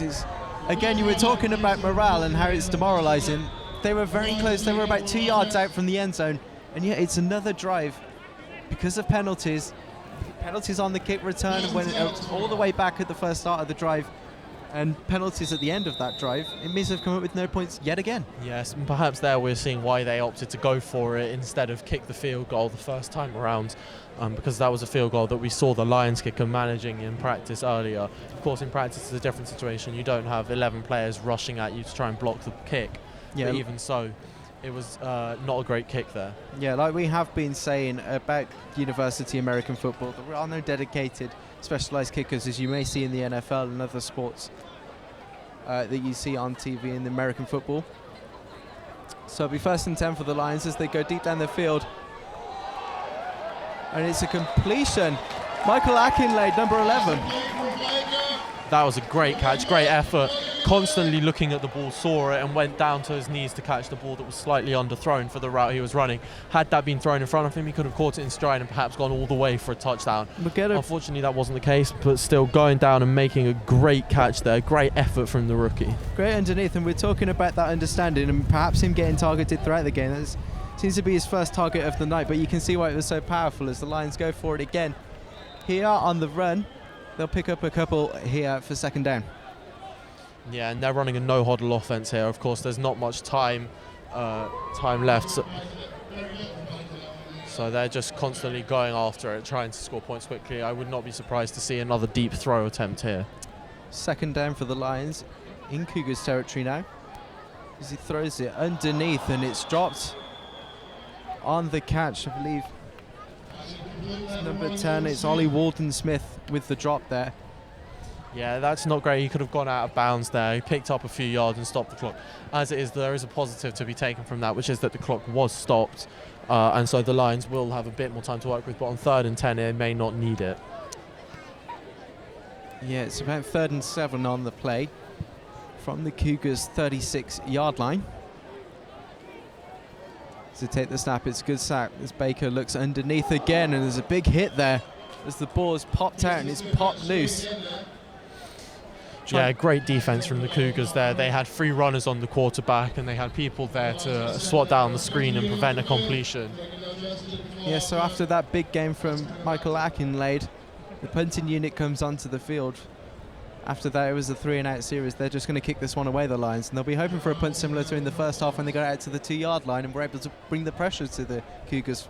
Yeah, definitely. I think they'll want to put the Cougars into a position where they don't believe they'll have an opportunity to go down the field. So a good punt here is crucial. So and they'll down it on about the 13-yard line here. And it'll be interesting to see if the Cougars go for it or if they just run the ball and try and wind the clock down to end what has not been a very pretty first half for them.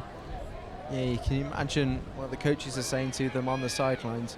You'd imagine that they'd want to get something to show from their efforts in the first half, especially when they've got so close. We've got about 52 seconds left in the first half here at Bournebrook.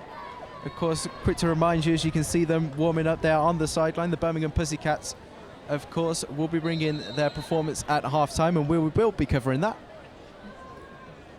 Yes, and so the Cougars have just under a minute here to try and drive down the field and pick up some points before half-time. Yeah, I mean, they've been doing it. I mean, they're well suited to a 2-minute sort of offense drill because they've been quickly snapping the ball, quickly getting the plays off. It's not out of reach for the Cougars, but they decide to run this one on 1st down. And he's brought down for a gain of about 5 on that play. Perhaps they're trying to catch the Lions off guard there. Maybe they were hoping they would drop many men into coverage with so little time left and they would have space for a decent gain on the ground.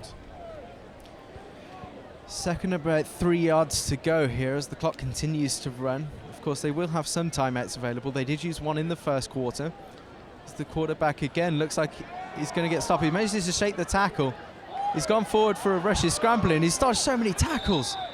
and gets out of bounds. Good play from the quarterback. Yeah, he has definitely been a key player for them. He's been causing a lot of problems for the Lions. They can't contain him very much, and he keeps making yards, and he has the majority of the Cougars' yards on himself. All of their rushing yards have mostly been caused by him. Yeah, you can see him just shake off the tackles of Nick Evans and the rest of the Birmingham Lions. You see he almost has two players on him. You think he's going to get wrapped up here and manages to dodge another one.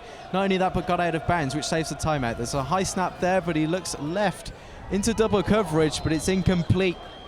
The clock will stop once more. It'd be 2nd and 10. And it was Michael Akinlade there on the coverage, swatting the ball down.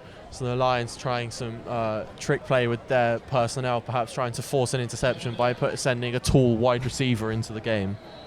I mean, he is a big man. We stood next to him on the sidelines, and if anyone's going to reach up and grab an interception, it's going to be him. As it was, the ball was not incomplete. It will be 2nd down for the Cougars here. Another high snap, another quick throw underneath, and they'll run to the sidelines, get out of bounds. That one will pick up the 1st down for a gain of about 13 yards. Yeah, the Cougars are putting together a very good 2-minute drill offense here, gaining yards, getting out of bounds, stopping the clock, giving themselves time to perhaps score some points and bring themselves back into this and drag themselves out of the grave here. Do you think if they were to get points on this drive, this quick drive, that it might be a game plan that they look to take throughout the rest of the half? I think definitely when so little has been working for them, you do have to try and just stick to what works well. As you see, they send 3 go routes here. The quarterback didn't have much time. He lobs it up to a lot of Lions players. As Akinlade makes the interception and is looking to return it. We did say he'd be a key player, but we thought that would be on wide receiver. But now he's got an interception. The ball is fumbled at the line. You can see the Cougars players all crowding round, trying to call it on their side. We'll see what the referees signal here. It's good play, but do you think the quarterback should have thrown it into that coverage, or should have just simply thrown it away? Perhaps he should have taken the sack, but as we've just heard, the time has expired, so perhaps it was a last gasp throw to nothing, knowing that unless the interception was returned for a touchdown, it didn't matter. Yeah, you can see he was almost sacked on that play. He was brought down. He just quickly got the throw off. It was Akinlade with the throw, but that was the last play of the half. The Birmingham Lions up 17-0 here at Bournebrook, and it's been a rather disappointing show for the Kingston Cougars when they've gotten so close to scoring, putting points on the board. They just haven't been able to do it so far. Yeah, they really haven't performed as well as I'm sure they would have hoped to. However, we are now about to enjoy a performance by the Birmingham Pussycats Cheerleaders for our halftime show. Yeah, you can see the Lions players coming off here. They're going to get into a huddle with the coaches, as do the Cougars. I imagine the two tones of the talks are going to be polar opposites, I imagine.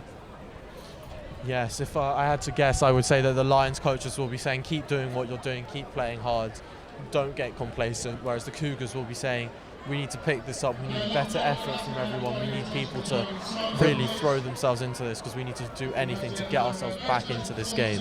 There is a Cougars player down on the sideline who's just got to his feet. But here comes our halftime performance. It is the Birmingham Pussycats as they run onto the pitch for our halftime entertainment. We're going to leave you with the Birmingham Pussycats as they perform here at xpLosION, with where the Lions lead 17-0 at the half.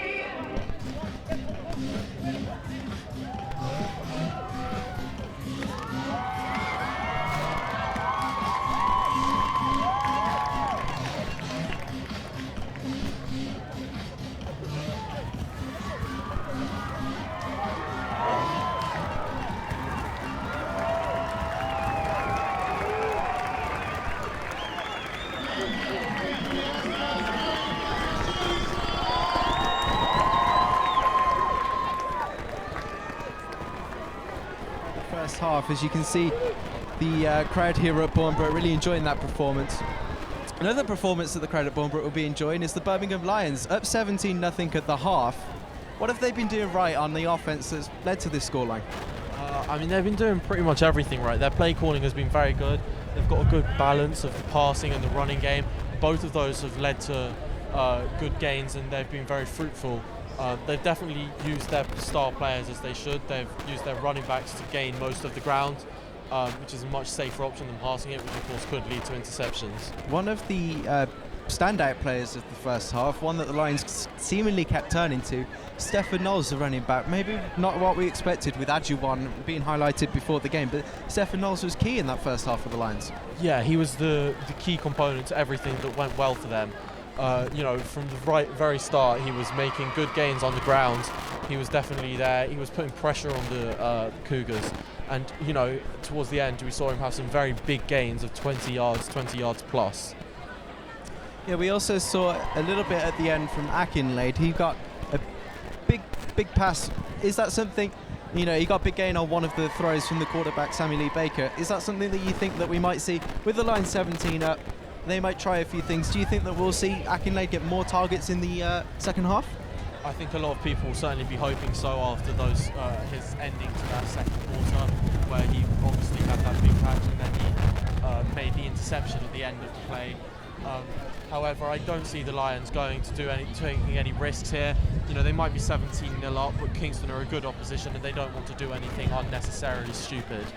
Yeah, absolutely. Another thing that we saw that the Lions trying to do, we saw a lot of screen plays. They were thrown underneath, trying to get wide receivers open by sending some people forward to block. How do you think that's gone for them so far? It's gone quite well. They've definitely been, utilising that. I think they must have seen something in the game film from Kingston that made them believe that screen plays and underneath throws would definitely be the way forward here. Okay, we're going to take a look at some highlight plays from the first half and see where the Lions have really taken over as we get ready here. This was the first touchdown by Adjuwan running to the outside, and you seem to really take use of Javier Adjuwan in the red zone. Yeah, definitely. He definitely has a good eye for where there is space and where there isn't, and right there he saw immediately that the space was to the outside and he backed himself. He had the confidence to outrun the defense and take it to the corner for the touchdown. This was one of the kickoff returns by the Cougars. One of the problems that did blight them that we've covered in the first half. As you can see, he shook a few tackles there. It was a big gain, but it was pulled back for a flag, as you can see the flag thrown there on the far side of the field. Penalties have really been costing the Kingston Cougars so far. Yeah, it's really indicative of the first half that the Cougars had, that was their best play of the half. Yeah, I mean, it's simple offensive mistakes that just keep pegging their drive back, keeping them from getting closer to the end zone and really putting the pressure on the Lions. Every time they seem to be building something, they seem to be at fault for letting it slip. Yeah, right at the end there, you saw it. They had a good position on the goal line. They had 3rd and 2, I think, about less than 5 yards out from the end zone. They had a false start, and then they were sacked, and they missed the field goal, which is a really poor sequence of plays. Things that they would have been hoping to avoid, they'd have been working to avoid all those things all week long, and unfortunately they just haven't come out and performed as well as they would have liked to. Do you think we saw towards the end, mainly forced by the situations, with 52 seconds left on the clock, the Kingston Cougars did take over possession of the ball. They went to a hurry-up offense, no huddle, went quickly with the plays, and they managed to find themselves on a big drive down the field before it was intercepted just before the end of the half. Do you think that's something that they perhaps could exploit in the second half of the Kingston Cougars, namely hurrying up, not giving the defense time to make sure that everyone's on the same page with the coverage? Some of them will be in zone, some of them will be in man. Do you think that's something that they can exploit in the second half to try and get points? I think it definitely will be one of the things they consider. I think it would be a good idea for them as well, because with if they run a no huddle, obviously it won't give the Lions time to substitute players, so people will get tired, and it might enable them to make some more plays. You know, the defensive line might not get in the quarterback's face as much. The receivers might create a bit of separation between the defenders, and it could just lead to them getting back into this game. I mean, it's very easy to think, especially with the scoreline at 17-0, the Birmingham Lions defense has been faultless, but there's been a couple of plays where, you know, receivers have got open under in the middle underneath in double coverage, which really shouldn't be happening. And also there was that, of course, the opportunity, the mistake from the Lions on the special teams when the Cougars punted away. The Lions touched the ball. It became a fumble, which the Cougars recovered. Yeah, that was definitely a mistake. You know, the Lions, they aren't a perfect team as they would like us to believe. They have been nearly perfect today, and they have been playing very well, but that was a key mistake, and they haven't been great, as you say. They have made some mistakes here. The key difference between the two is that the mistakes the Lions have made have not been major mistakes that have caused problems and, you know, halted drives. They've made mistakes on special teams or in the middle of the field. Yeah, I think another thing that we can say about as well, which was we were unsure coming into this fixture, the Birmingham Lions special teams, you know, they've been adding points on every single drive, you know, since the first drive where they punted away. They've added points with the field goal. The kicking's been good on the extra points as well. Is that something you've been impressed with? Definitely I have. You know, I wasn't expecting to see such good kicking when there are no specialist kickers. However, they have come out and they have played very well. It seems like that might have been something they've worked on in the off-season to try and, you know, make sure they maximise every opportunity they get, and so they don't have to force it in the red zone and try and take points on 4th down. So it seems like that may have been a point of emphasis. Whether or not it wasn't, it's definitely been very big for them today, because that's been one of the key differences, is their kicking game has worked and the Cougars has not. If you're a Cougars player right now, you're down there on the sidelines talking to the coaches, what are you going to try and look to exploit in the second half? On the offense, I would look to try and exploit, as you said, to go to no huddle, try and exploit that, try and create some tiredness, maybe some confusion in the Lions defense, and also look to short underneath routes, you know, screen plays, counter runs, you know, anything to try and get rid of the presence of the defensive line of the Lions.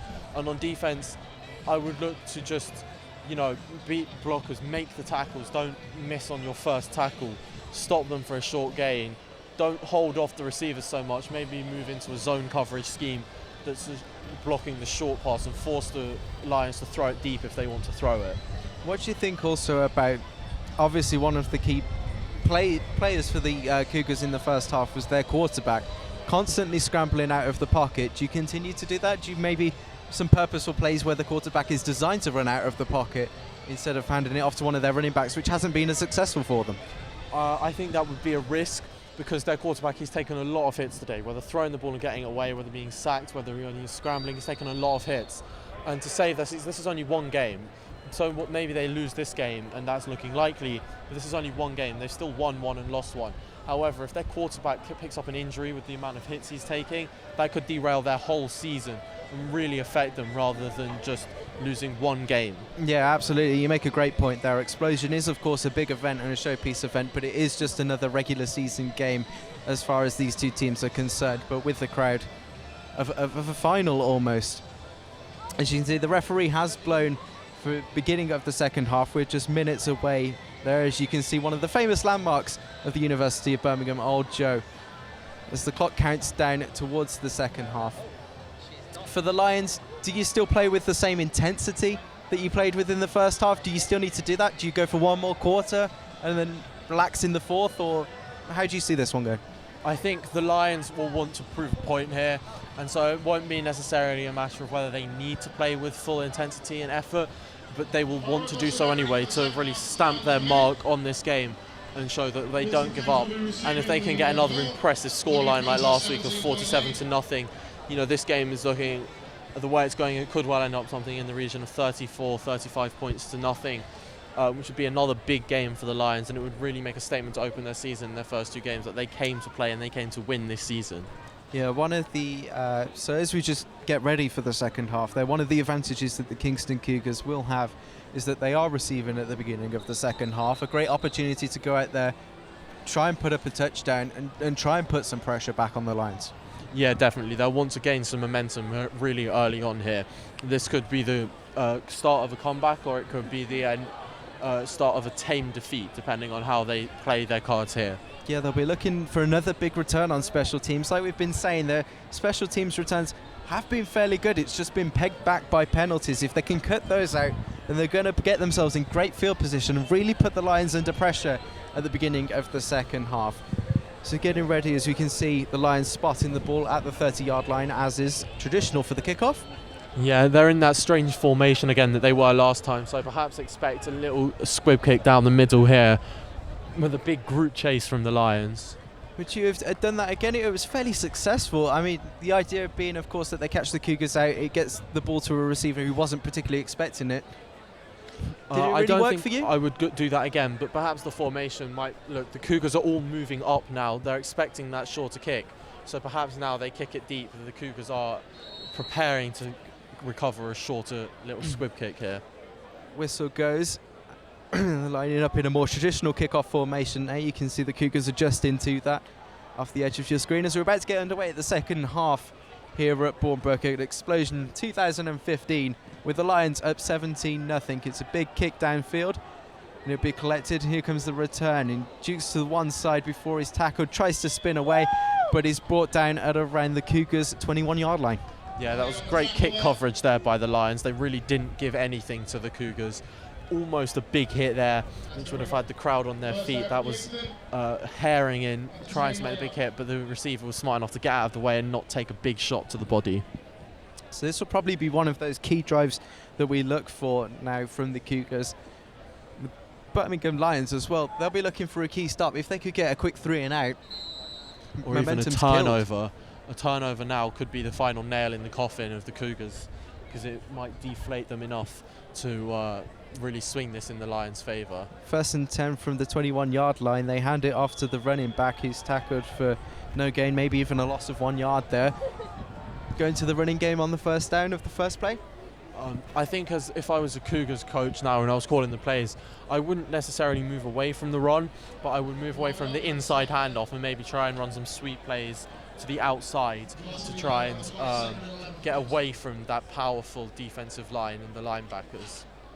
2nd and 10 here.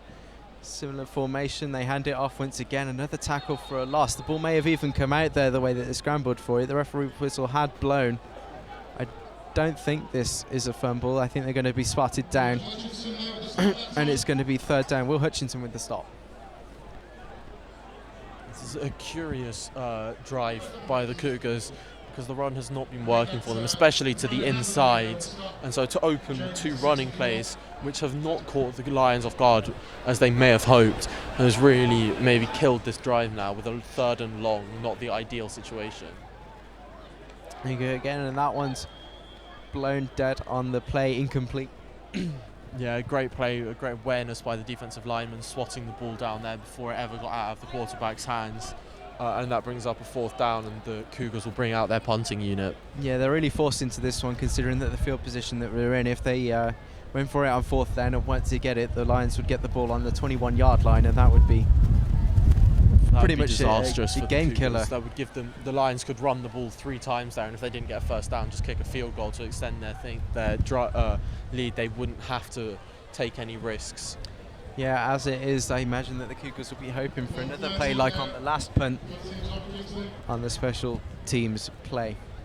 Snaps just slightly to his right, but he manages to kick the ball away, and it will bounce. It's not going to bounce out of bounds. The Lions learning from the mistake, moving away, and that one's going to be spotted down at the Lions' 30-yard line. Yeah, it was a very kind bounce for the Cougars. It gave them an extra 5 or 10 yards there on the punt. And the Lions smartly standing off. They do have a lead. They don't need to gift the Cougars field positions by making mistakes like that again. 3 and out though on the first play of the second half for the Lions. Everything's going right. Yeah, not an ideal start for the Cougars, however. And we could see this game peter out soon as with the scoreline at 17-0 and the Cougars not playing well. 1st and 10 from the 31-yard line here of their own territory. They hand it off to Ajuwan, who cuts left outside. He's trying to get around, be tackled for maybe a gain of 1. Yeah, it takes a few defenders to bring him down. You saw him there sticking his arm out, handing off a defender, making sure that they didn't bring him down easily, letting them know that he was still had fight in him and he was still going to try and get every yard he possibly could.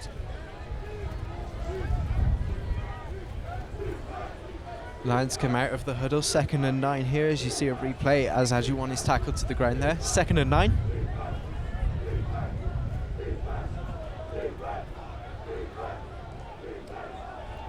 It's now the quarterback looks underneath once more. I think that ball fell incomplete. Unlucky not to get the interception there from the Cougars. It was a poor decision by the quarterback to try and throw the short route to the running back underneath while there was a defender marking him. A great effort on the ball, unfortunately not able to come away with the interception as there is a flag on the play here. Yeah, there is a flag on the far side. It's offsides from the defense. That means it's a 5-yard penalty that the Lions will of course accept. That'll push them forward 5 yards. That'll be 2nd and 5.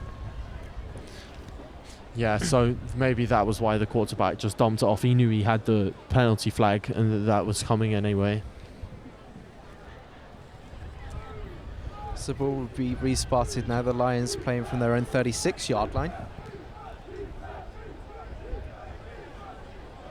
This referee's just going over to the sidelines here to convene.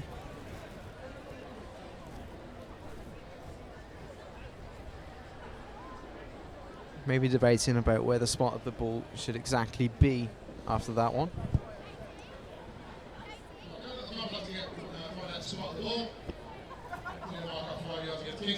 Yeah, so the flag's still down on the pitch. You can see the referee just going to pick it up on the far side of the screen. Yeah, they were just confirming where the spot of the ball was. And it looks to be at around the Birmingham Lions 37-yard line.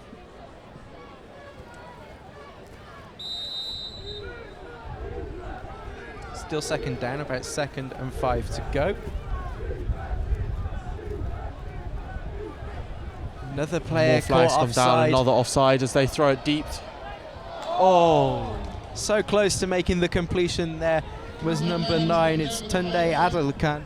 Yeah, he had to check his run and come back for the ball there as he got so far downfield that the quarterback couldn't throw it to him in stride, which is unfortunate, but a free play and a great effort there would have been a big gain for the Lions, but they do come away with another offside penalty, and so they will pick up a 1st down with that. Yeah, you can see good blocking on that first replay there from the Birmingham Lions O-line. They've really protected their quarterback. We've looked at a few instances where the Cougars have been able to break through that line and get at the quarterback. Obviously, with that next offside penalty, another 5 yards, automatic 1st down for the Lions. Sammy Lee Baker looks to hand it off to his wide receiver, Michael Alicant on the far side, and he drags half the Cougars team seemingly down over for a first down. Yeah, that was great effort after the catch by the receiver there to continue moving the pile and get the first down. Going back to that blocking of the offensive lines, that's been one of the key differences between the two sides today. The Lions offensive line has really given their quarterback time, given their running backs holes, whereas the Cougars offensive line has fallen apart and not given their skilled players anything. There's Alex Salter with the reception, Michael Akinlade with the blocking there. And good blocking it was as they went for another screen play. That one throw is incomplete to Ollie Walden-Smith. So it'll be another incomplete pass. Is second down and 10 from the Cougars' 36-yard line.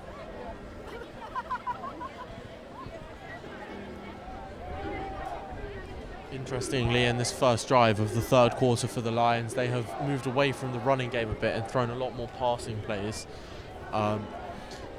Perhaps that is because they have had a couple of offsides as they run the ball here to the right with Adjuwan, who has a big gain, cuts inside up the middle, and he will run straight up the middle for a long touchdown run of 36 or 37 yards. Great effort on the play. So touchdown, another touchdown for the Birmingham Lions. Javier Adjuwan coming through there. The Birmingham Lions being able to expose that right-hand side of the Cougars, doing a lot of stretch plays. You see Adjuwan moving to the right-hand side a lot. You can see on the replay here, he's got good blocking ahead of him. He dodges one tackle, cuts back inside. See Ollie Walden-Smith making one of the blocks, and then he's wide open for the easy run into the end zone. Yeah, again, it was the great vision I was talking about. He sees the space inside, so he cuts back inside, then does a great job of making another defender miss to give himself a nice stroll into the end zone to really extend the lead of the Lions. Perhaps like you were saying there, it had been quite a pass-heavy offense coming out here in the third quarter. They switch it to the run. Do you think that caught the Cougars by surprise? Perhaps it did catch the Cougars by surprise. My thoughts are that perhaps because of the two offsides penalties, they checked out of running plays into passing plays, knowing they had a free play. So it's going to be the point after. The Birmingham Lions are going to kick here. They've been good for them so far. 3 from 3 so far for the special teams of the Lions.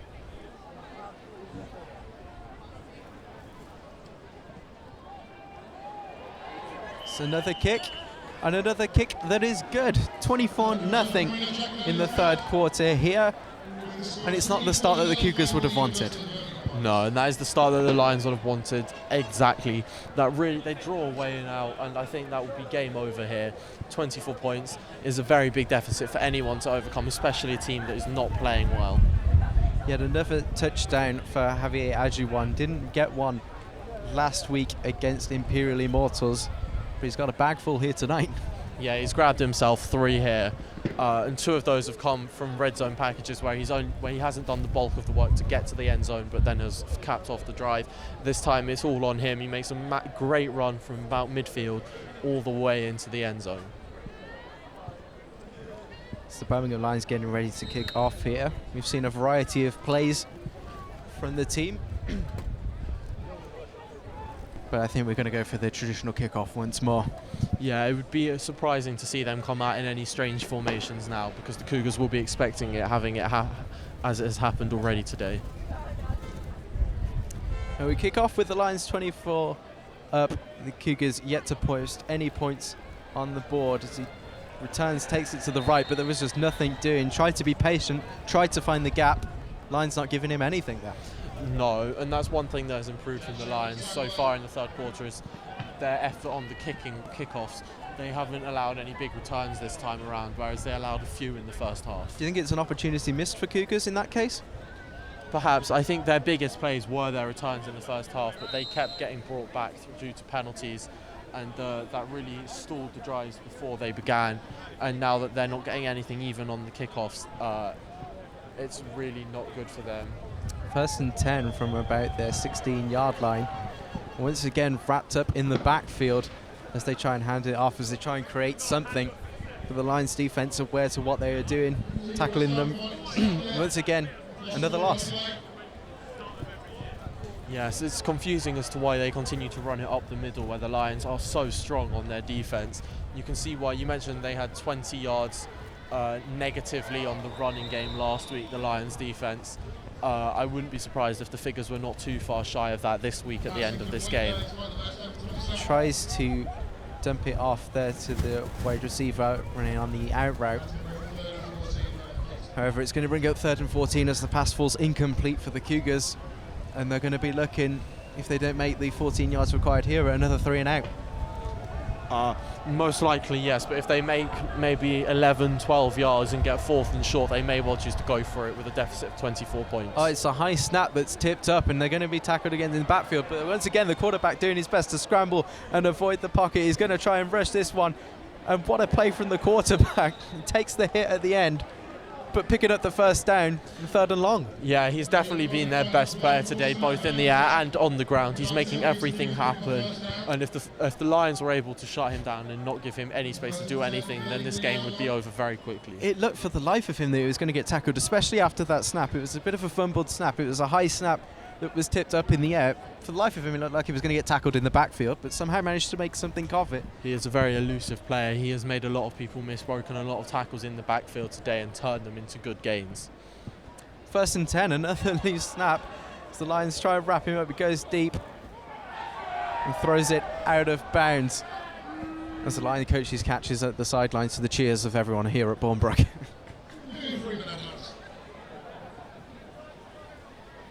Greg Freeman with that catch, but not one that's valid in this game.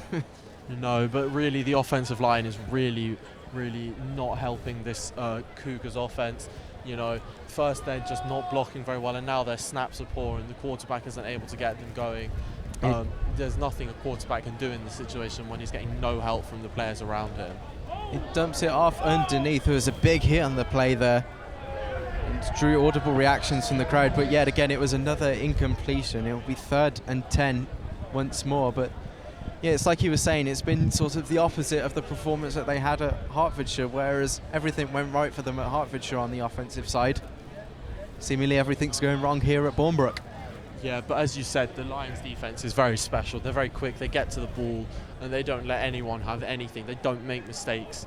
And that is a key factor in being a championship team, which the Lions have been for so long. And so the Cougars, this is where they really find out what it's like to be in the Premier Division. Because again, the quarterback is forced to run with the ball, making more men miss and making yards on the play before he's finally tackled for a 2 or 3 yard gain.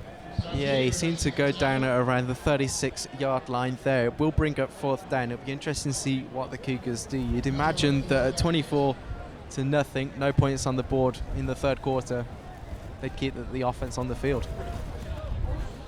Yeah, you would imagine that the offense stays on the field here, and it appears that that's what's going to happen. They might have 8 yards to go, but they have to try and do something here to kickstart their offensive drive and score some points.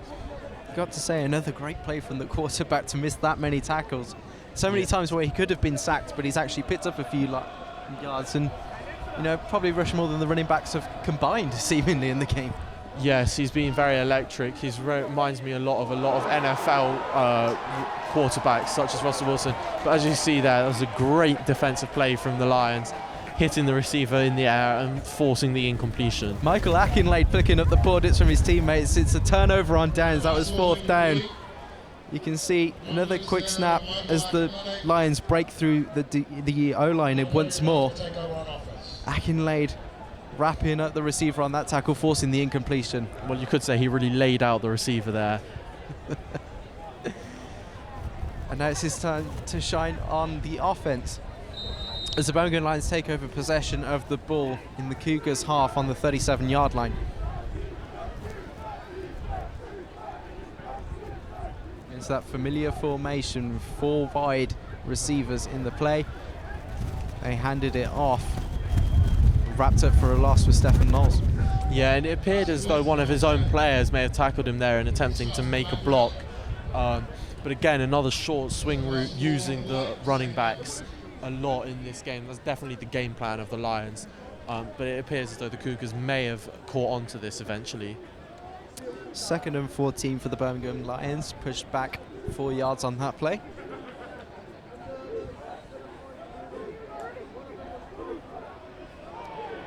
Another offside drawn as the flags are thrown there. They run it either way with Stephen Knowles at the middle. for a gain of about 4 yards, but there is that flag of offside. You accepting that? Yeah, I think this is it's Kingston hurting Kingston here, really. They're beating themselves with all of these penalties. They're going backwards on offence. They're giving up easy yards on defence by constantly going offside. And this is becoming a very one-sided affair here. It was an aggressive push in that last play, we've been told. Number 77, you can see here, as we look on the replay, you can see there's getting frustrating. The Cougars really building frustration with each other. As you say, it's Kingston playing Kingston right now. They're beating themselves up as the Lions look down the field. And another interception chance there, but just too high for the safety there. Yeah, it wasn't a very good throw, and it wasn't even on a free play there, so I was a bit surprised to see the deep pass play from the Lions coming in there. However, as we saw previously, there was a push. The Cougars are getting frustrated in themselves, and that is a downward spiral now.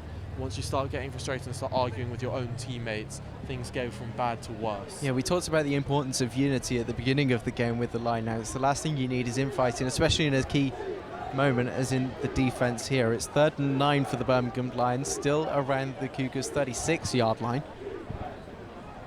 Take the snap. Sammy Baker looking down the field, makes the completion before the tackle is made. There's a flag on the play.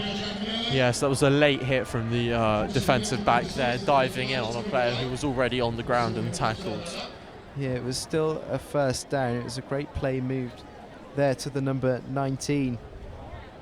It was a throw to number 10, Ollie Waldron-Smith, I believe. My apologies on that one. See as the referee makes his way out there. It's a personal foul on the defence. And it'll be first down for the Birmingham Lions, as you would expect. Another penalty, though. I think that's really a sign that the Cougars are now just too frustrated with the play. That was a clear sign of frustration, just hitting the player there. Not necessary. The player probably knew that he didn't need to do it, but he still dove in anyway. Clock starts back up as they hand it off to Stefan Knowles, running to the outside once more. I think he's tackled just before getting into the end zone, looking for the signal from the far referee there, and he's going to spot in just short. But another big run out the outside for the Birmingham Lions. Yeah, they definitely have a game plan here of running it on the outside. It's working very well for them. They keep picking up big yardage gains here, and now they're only 1 or 2 yards out of the end zone, and we'll look to extend this lead to 31 points. Yeah, 1st and 10 from the 3-yard line here for the Lions, and they're going to hand it off once more. It looks like they're going to be tackled before anything can be made of the play for no gain.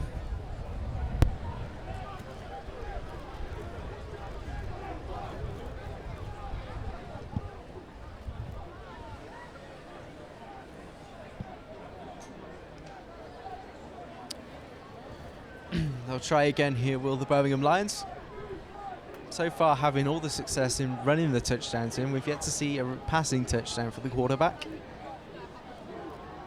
As he hands it off to the outside, there's a big hit that he takes, and that'll be a loss of a couple there.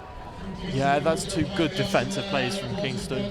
They've really capitalised there, and they're trying to force the Lions into throwing the ball now. They've finally got a grip on the running game, it would appear. As we see Michael Akinlade subbing into the game here at wide receiver.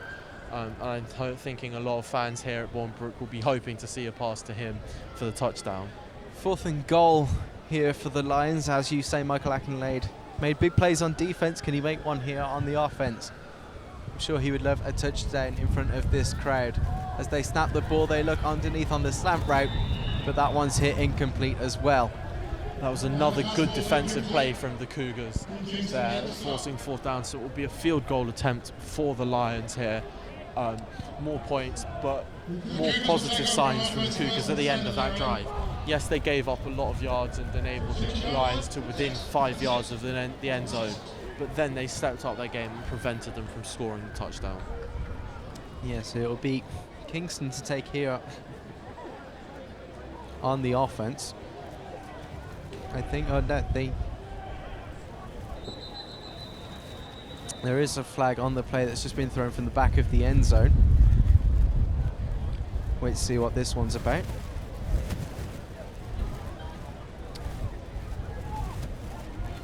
See the referees getting together to discuss the penalties. The Cougars making some substitutions, as you can see. Number 32 of the Cougars running off there to the sidelines.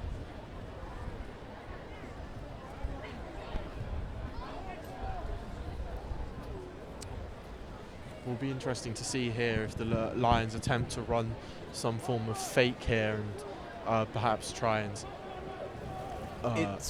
It's the Kingston Cougars who have taken over on turnover of downs, I believe. Well then, it'll definitely be interesting to see if they blitz here, perhaps try and force a safety. But the Cougars might try and run a fake, play action, those kinds of things. Perhaps a draw play would be ideal here because they have been throwing it a lot. Snap, it's quickly thrown off and quickly dumped off before the quarterback can get wrapped up in the end zone. Tackle out of bounds. Actually, the clock will keep running. It was tackled in bounds, but no safety given up by Kingston. I suppose small steps. That's how you lead to getting some points on the board, keep the drive going. Yeah, definitely. I'm just wondering if it's a matter of time now before they start taking some deep shots and trying to score quickly to try and come back from this 24-point deficit. They do need to score 4 touchdowns here to gain the lead. Which is not going to be very easy if it's even possible for them now, but they would have to score quite quickly here. Second down, and they run it up the middle again. Enough for the first down before surely forward progress will be called there at around the 22-yard line. There's a medical staff run down. There's a player down injured in the backfield there. Can't see exactly whose number that is from here.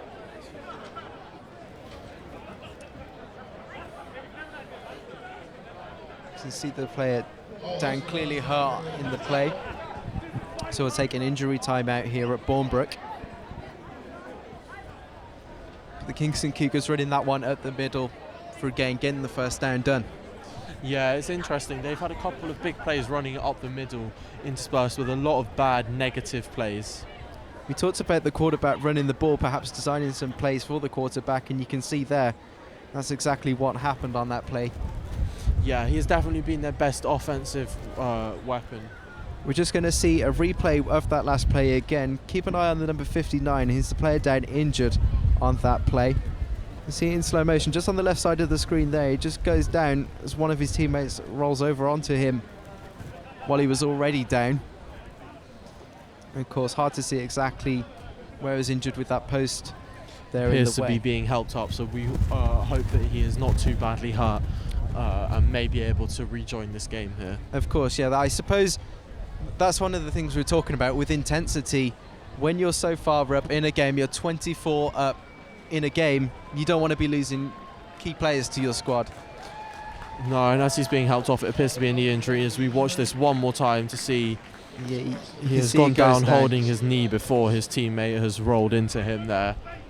He's being helped off, which may be a positive sign because they have not required a stretcher to come onto the field. However, he does not look to be in a good shape here. Yeah, we of course wish him all the best and hope it's not as serious as it first perhaps looked as he limps off the field. But it will be 1st and 10 for the Kingston Cougars from their own 20-yard line. Just get back after the injury. Another bubble screen. There's an early block down ahead of the wide receiver there. As he gets out of bounds, there's a flag thrown late on the play once again, but a pickup of about 11.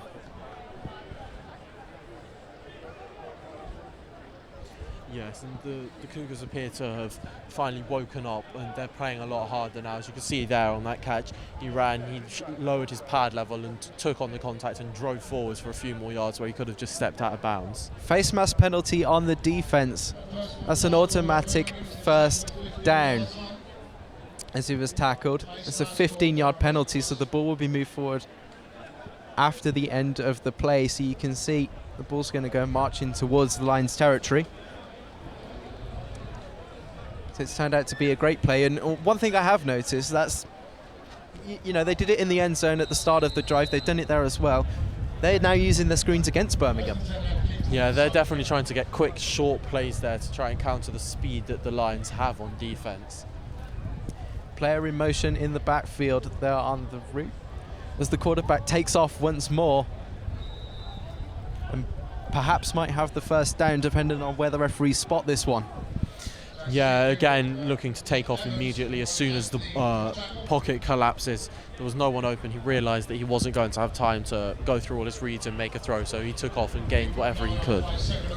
Referee signalling on this near touchline that it's a second down, so it'd be 2nd and 1 for the Kingston Cougars, and you just feel that they're just starting to get something going. Do you think that they might have finally cracked the Lions' defence where they're vulnerable? Perhaps, but it may be too little too late, as they are 24 points down and they are yet to score on this drive. Perhaps if they do score, then we can talk, as the quarterback takes off again, takes another big hit in the middle of the field, but again picks up a lot of yards. Yeah, once again, there's only so many hits your quarterback can take. As you said, you can't see this as just a one-off game. It is a regular season game. You know, if he's taking this many hits in this game, you can't be doing this week in, week out, because it won't be long until he'll unfortunately see an injury himself. Yeah, and if he goes down, that may well spell disaster for their season. They may not have an adequate backup to come in and propel them forward. He seems to want to fight for every yard, though. The quarterback does have the option to slide down to avoid getting tackled like that and hit, but he doesn't seem to have taken that option so far yet. No, it's possible that he views this as being a game on his back because he has been the main contributor on offense thus far. Incomplete on first down. It'll be 2nd and 10 for the Kingston Cougars. Just out at around the Lions' 22-yard line. They're still searching, of course, for the first points of the game here in the third quarter.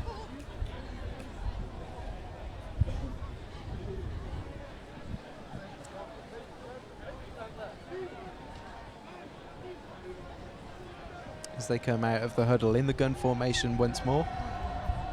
As he's running back to his left side, 4 receivers. And he's going to try and take off again. He's going to try and turn on the jets, and he escapes a couple of tackles once more and takes a nasty hit there. The quarterback giving as good as he gets. Another good play, though. And once again, he seems to have this offense on his back. Yeah, definitely. He's taking off all the time now. He's definitely seeing holes in the defense that he can run into and pick up big gains, as he's done there again. And a touchdown now for the Cougars would be a big thing for them. It would bring back the morale, give them motivation, perhaps give them momentum. So if they score here, perhaps look to the Lions offense to try and run the ball a bit, to kill time, to kill the momentum, bring it back to them. Yeah, another first down there for the Kingston Cougars. It was Dan Hampton with the stop, tackling the quarterback out of bounds. But that is the end of the third quarter. Still 24-0. They're going to take over. They're going to switch ends of the field once more. But I mean, other than the touchdown play in that, it was a better half from Kingston, surely. Better quarters from what we've seen already. Yeah, definitely, it was much better. Their defense started picking it up towards the end of that last Lions drive, keeping them out of the end zone and turning it over on downs. Definitely much better effort from them. The offense has gone on a long drive down the field now, which they will be hoping to cap off with some points. Now that we've entered the fourth quarter, it is more than likely that these will be consolation points, but something to take forward into the next game that they play. Yeah, there was no score in the third quarter against the Lions last week. There was no scores at all. Are we looking at another empty possession for Lions opposition? As the quarterback takes the snap once more on the first down, looks deep into the end zone, but the ball is overthrown. That will fall incomplete, second down. Yeah, once again, the quarterback was pressured and forced to just throw the ball and hope for the best there. And in that situation, it's always best to put too much on it and throw it out of bounds than to put too little on it and get intercepted.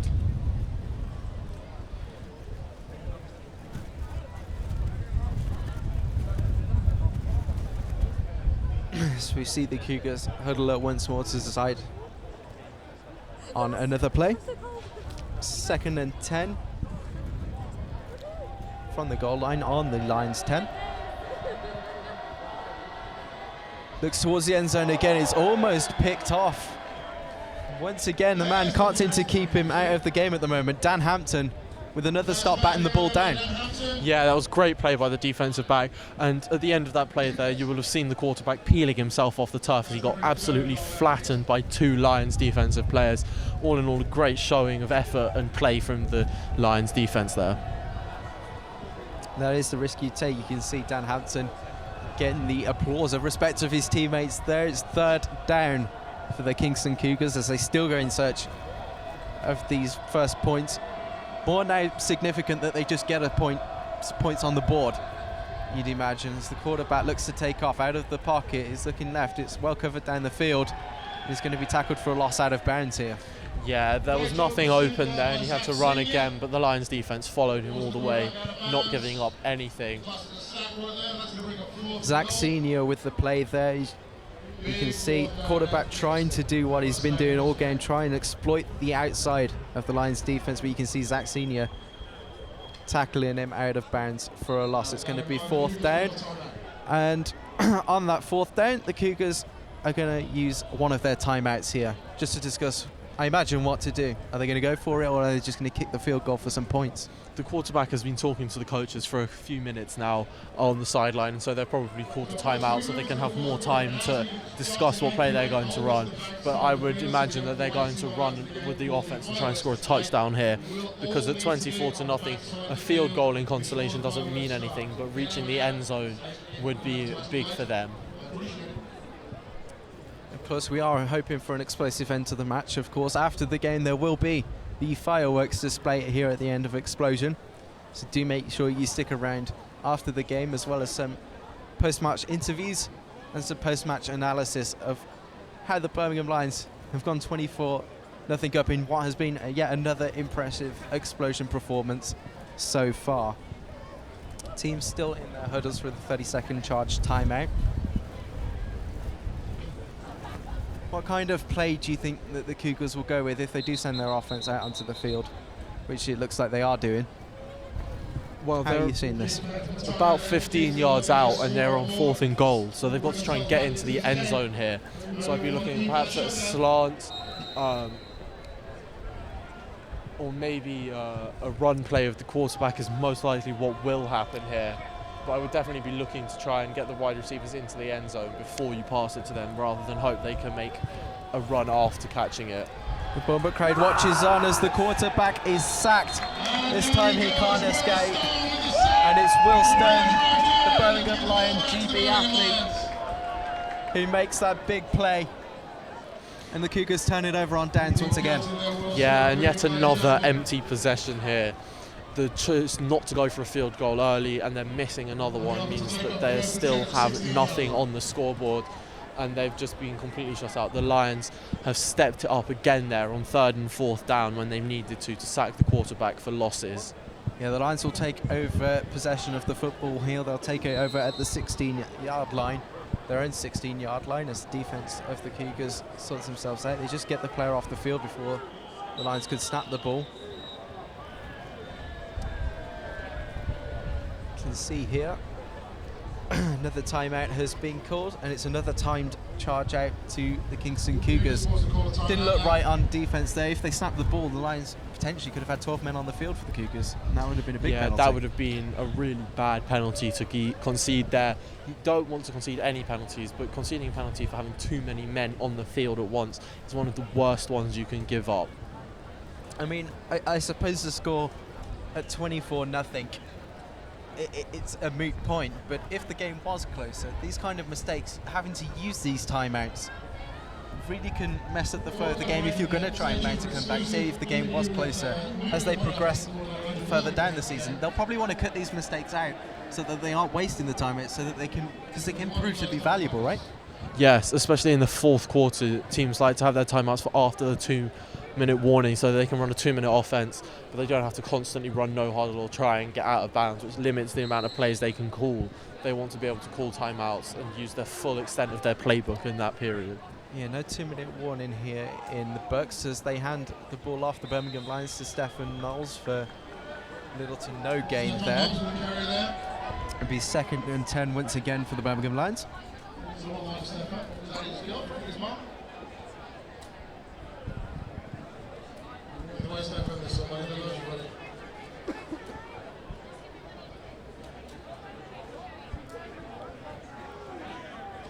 Can you see the Birmingham Lions looking to run these plays to take time off the clock just to get the game done with less injuries? We've already seen one player limp off injured. Yeah, I could definitely see that happening, but at the same time they will want to try and get out of this position so that if they do have to punt, they will be forcing the Cougars into worse field position for it. Yeah, pass is batted down there on that play. He'll bring up third down, incomplete pass.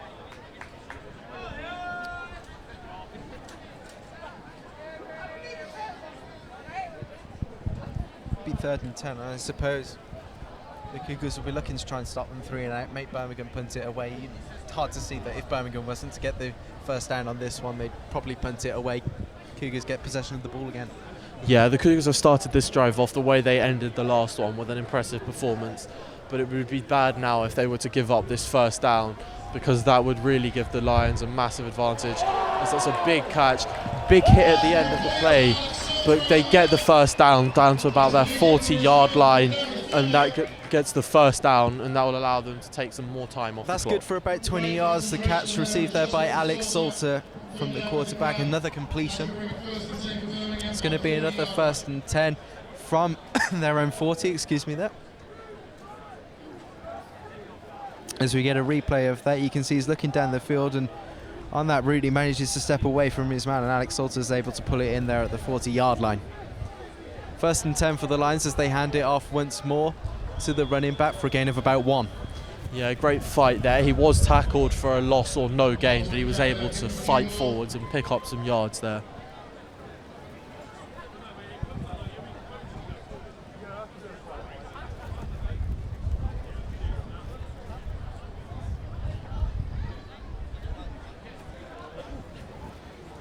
Referees spot the ball, so they'll come back out. 2nd and 9 here for the Birmingham Lions from the 41.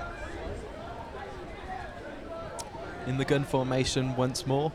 In motion goes Alex Salter behind the quarterback. It's quite a low snap. Picks it up, he manages to throw it out to Alex Salter, who gets all the way for a gain of about 13 yards there. And there's a flag on the play there. It looks like it may be an unnecessary roughness with a hit out of bounds there. There could be an additional 15 yards on to the end of this play then, based on what the Lions playing like true winners here as well. They're not giving up. They're not just slowing the game down and trying to kill the clock. They're trying to add more points, trying to get yards, and they're trying to really show who is the top dog here today. Yeah, it's another 15 yards from the end of the play, so that brings it up to about a 28-yard gain on the play. Another big game from Alex Salter, although the penalty for unnecessary roughness from the defence helped him out a little more in that case. So the Birmingham Lions back in control of the ball from around the 13-yard line. Back in the near the red zone, sorry, from the 23-yard line. Near in the red zone once more. They hand it off, but this one, good defense from the Cougars, tackle for a loss. Yeah, they're definitely preparing for the run game here now, trying to do everything they can to stop it. They're expecting the Lions to just try and kill the clock and just end this game as quickly as possible. And so as we've seen on the last play, the Lions have countered that by throwing it and exploiting the extra space that's in behind the blitzing defenders. See Lions back on the ball. It was a loss of about 4 yards on that play. It'll be 2nd and 15.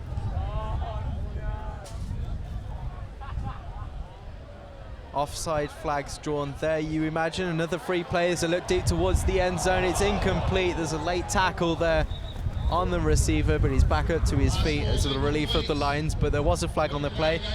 Imagine this one's coming back for offside. 5 yards, still second down. There were a couple of players that jumped a little bit too early there, and so the Lions took a free shot and they took it shot at the end zone. Unfortunately, it just sailed over the head of the receiver, but they will gain back their 5 yards that they lost the previous running play.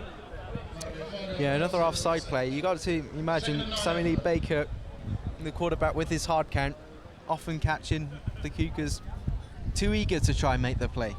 Yeah, they're trying to really get there immediately, make the first step, get an advantage against the blockers on the offensive line and try and push them back and force and create pressure either on the quarterback or get to the running back a bit quicker. So it will still be second down here. It'll be 2nd and 9 for the Birmingham Lions. Take the snap again, looking underneath to the outside. It's a spin move, spins away, and is tackled down after getting the first down. Yeah, and that looked like someone was playing video games there with that spin move executed to perfection, making the defender miss. and then running through to pick up the first down, or very close to. Yeah, they've picked up the first down, they are moving the chains. Straight out of Madden, that from Alex Salter with the spin move, dodging the tackle. Gets the Birmingham Lions back into the red zone and threaten once more to put up another touchdown. Back in that familiar formation as they hand it off to the runner, trying to gain all he can, but he's tackled once again behind the line of scrimmage for a loss of about 3 yards there. Yeah, the defensive line of the Cougars is now getting the upper hand in this battle here, preventing the runs of the Lions. Unfortunately for them, their defensive backs are not matching that effort, and they are getting beaten and causing a lot of completions and good gains from the Lions. Low snap is targeted towards Alex Salter again, almost intercepted, but it was almost tipped up straight into his hands for an easy touchdown. But yeah, it looks like enough. he was a bit surprised by the ball coming his way there, the receiver, otherwise he could have had an easy catch unopposed in the end zone. Yeah, it almost was the Cougars gifting another touchdown was the tip pass, but I think that would have been more through unfortunate luck than it would be any kind of They have had some poor luck with the interceptions here, keep dropping them. See a replay of... But there have been a few errant throws from the Lions quarterback here, which is not a good sign going forwards. Just the tip as the quarterback gets tackled pretty quickly, as one of the few times that the Cougars defensive line have got through to the quarterback, he just has to throw it away. And he'll bring up 4th down here for the Lions. It appears as though the Lions are going to keep the offense on the field here on 4th and 14, which seems like a strange call, even though they are 24-0 up. Perhaps they believe that even if they don't capitalise here, they can pin the Cougars back and really capitalise on that on the defence. Well, they were able to do that in the first quarter, of course. One of the first plays after the punt from the Lions, the Cougars were on their own 1-yard line, and the Birmingham Lions were able to recover a fumble after forcing it as they go deep into the end zone. Is it a completed catch? It is! A touchdown, another Birmingham Lions touchdown as the Bournemouth crowd cheers on. It was a brilliant play and the gamble paid off for the Lions. Yeah, that was it was a perfect throw right on mark to the receiver, who made a brilliant catch, tapping both toes just in bounds in the end zone to make the catch and get the touchdown. It's a perfect catch, 2 feet down. That was the only thing we were looking. You can see perfect spiral up to the player, and you can see it's Oliver Warden-Smith with the touchdown. Yeah, he's been a very prominent part of the offense today. You know, had a lot of targets, a lot of receptions, getting a well-earned touchdown there to cap off the day.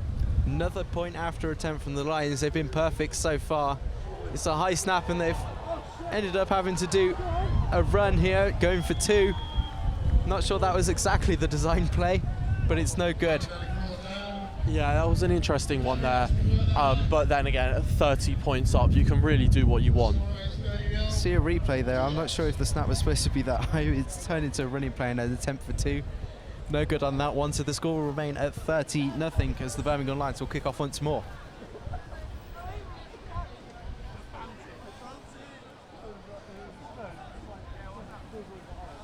It's been another dominant performance from the Lions at home.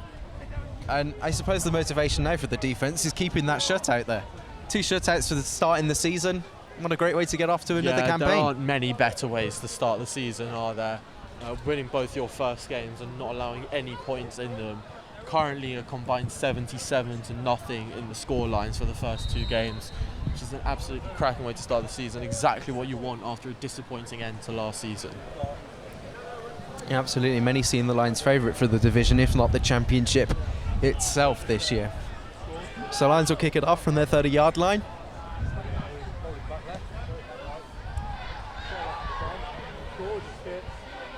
It's a kick all the way out. It's made its way, I believe, into the end zone as the referees signal a touchback. So that means the Cougars will start from their own 20-yard line. Yeah, and that's probably one of the better field positions they've started with today, because they can't have a penalty on a return that doesn't happen. Although the way they've been playing sometimes today, they'll find a way. It wouldn't surprise me.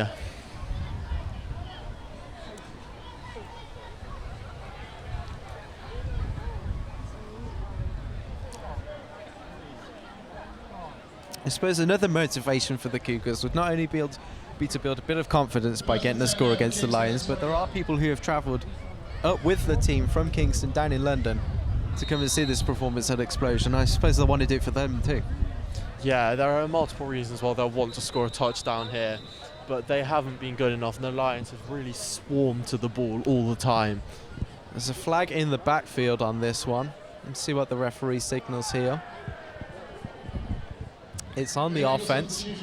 It's an illegal substitution called on Kingston, and again, it's another silly penalty, really, in the grand scheme of things. Yeah, and that's a silly tactical one. That's not necessarily a silly play in the heat of the moment or by a player. That's another tactical foul, like if they had been penalised for having 12 players on the field. So once again, they're pushed back to 1st and 15 as the quarterback looks to scramble, throws it out of bounds. And this quarterback has been under immense pressure, and you can't begin to imagine the amount of hits he would have taken had he not been able to get out of the pocket and run away.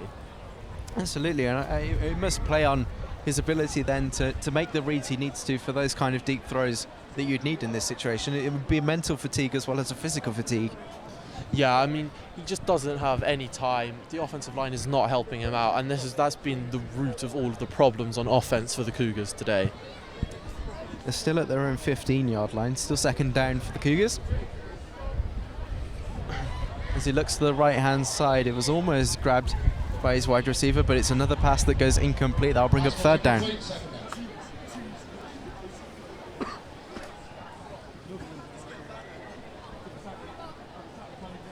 Can you imagine that man will be happy? Wayne Hill there in the centre of your picture, Birmingham Lions head coach. He said that last week he was doing defensive. When the defence scored a touchdown, he was throwing some shapes in the end zone. Do you think we'll see that at full time today? I have no idea, but you know, it's been another impressive performance. He has every right to be pleased today. He's done a great job coaching them now. I imagine the Bournemouth crowd would probably want to see a few moves from him. As once again Cougars look deep, but it's another pass that's incomplete. There's Sam Jeaton on the coverage. More bad luck for the Cougars there, as the ball hits the back of a Birmingham Lions defender who was not expecting the ball to be there. 4th down's brought up. It looks like they're going to send the punting unit on for the Cougars.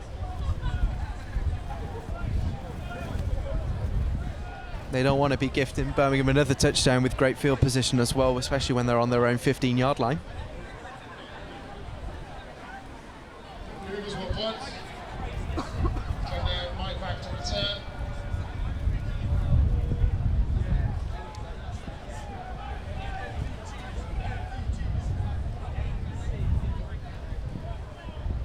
Tunde Adelkan back to receive for the Birmingham Lions on this punt. It's not a very long kick towards the Lions here, and the Cougars are able to swarm on the ball. That means the Lions will start their play from around the 39-yard line in Cougars territory. Yeah, so not a great punt there for the Cougars. Gives the Lions very good field position to start off with. They'll be looking to score more points and really add to the scoreboard and add to the pain that the Cougars have right now. They only managed 1 touchdown last time out against Imperial in the 4th quarter. The Birmingham Lions already scored in the 3rd, which is better than what they did last week. 30-0 is the score here at Bournemouth as time ticks down here in the 4th quarter on what is looking increasingly like a Lions blowout win. 1st and 10 though from the 40-yard line. There's a trip play. As it was a draw, but it's been tackled for a big loss of about 6 yards there. Yeah, that hasn't worked out as the Lions would have hoped for them, but at this stage in the game they can afford to take some risks and test out some plays like that. Yeah, do you think that's what they're doing? Perhaps give some of the rookies a chance to get a touch of the ball and see what they can do late on in this kind of situation? Also just to, you know, pad out their playbook to check some of these trick plays, see if they work, see if you can catch a defence off guards and all those kinds of things. There was a flag on that play, but the penalty was declined by the Cougars due to the loss on the play. Lions starting this one, it's 2nd and 16 on the play for the Lions, back inside their own territory at their own 44-yard line.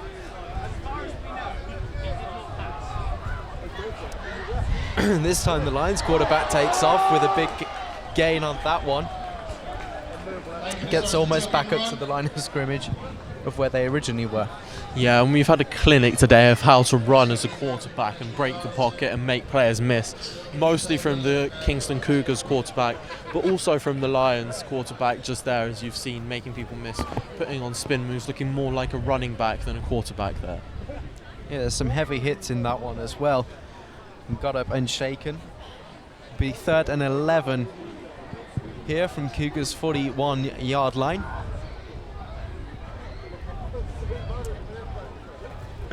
Once again, the Lions going 4 wide in terms of the receivers, throwing it down the middle of the field, but it's incomplete.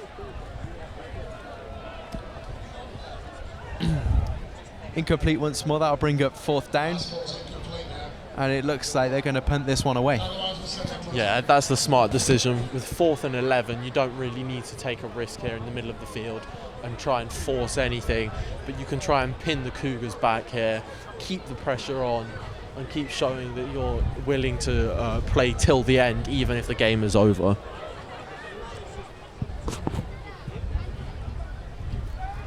Lions set to sit this one. This is a very high snap. Still manages to get the punt off, avoids the block, and that one will bounce out of bounds at around the 20-yard line. Referees might spot this one at the 21. Good recovery from what was a poor snap in truth. Yeah, it wasn't a great snap. It was good play from the punter to get the ball there and get it out. It was deflected by a Cougars player, so they will start at their 21, which is actually quite good field position given where the punt was from.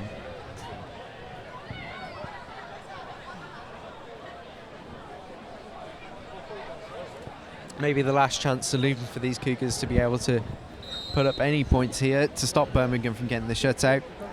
It's been a difficult test for them here at xpLosION, as it has been for many teams. They perhaps haven't done as well as they'd have wanted, but they'll want to come away with something here tonight. Well, yes. Even last year, the Hertfordshire Hurricanes weren't able to get any points at xpLosION, and they were considered to be one of the best teams in the division. Obviously, the Cougars beat them last week even, but they haven't been able to carry that momentum forward, and it appears as though their 11-game win streak will be ended here today. Yeah, of course. The Hertfordshire Hurricanes, runners-up last season in the Premier Division, almost taking away that Bucks Championship. They lost in the final. So they won't have been the first team to have come to xpLosION and lost via a shutout, but they'll be doing everything they can to try and avoid that. And once again, tackled for a short game, maybe a gain of 1. Yeah, their run game has not got working, and they'll want to look at that and try and amend that for the next time they play, because if they don't have that two-pronged attack, if they can only move the ball by throwing it, then teams will be able to shut them down and they won't pose any threat at all. We've seen a few trick plays from the Lions, as you said, that they're probably testing their play, but do you think that Kingston can afford to do that as they look for one over the middle? It looks to be grabbed and complete. That will get them the first down, but do you think they can afford to test their own play out, looking at this at the way it is? I think for them it's more a matter of making sure that the plays that they do have work, rather than trying to test some trick plays. They need to figure out a way to get the core plays working and get the ball moving, because they have not been able to do that at all today. There's a great grab in coverage from Sam Jeaton there by the Kingston Cougars. It gives them first down on the 35-yard line. Looks out, trying to look for some sort of screen play, gain of about 3 on that one.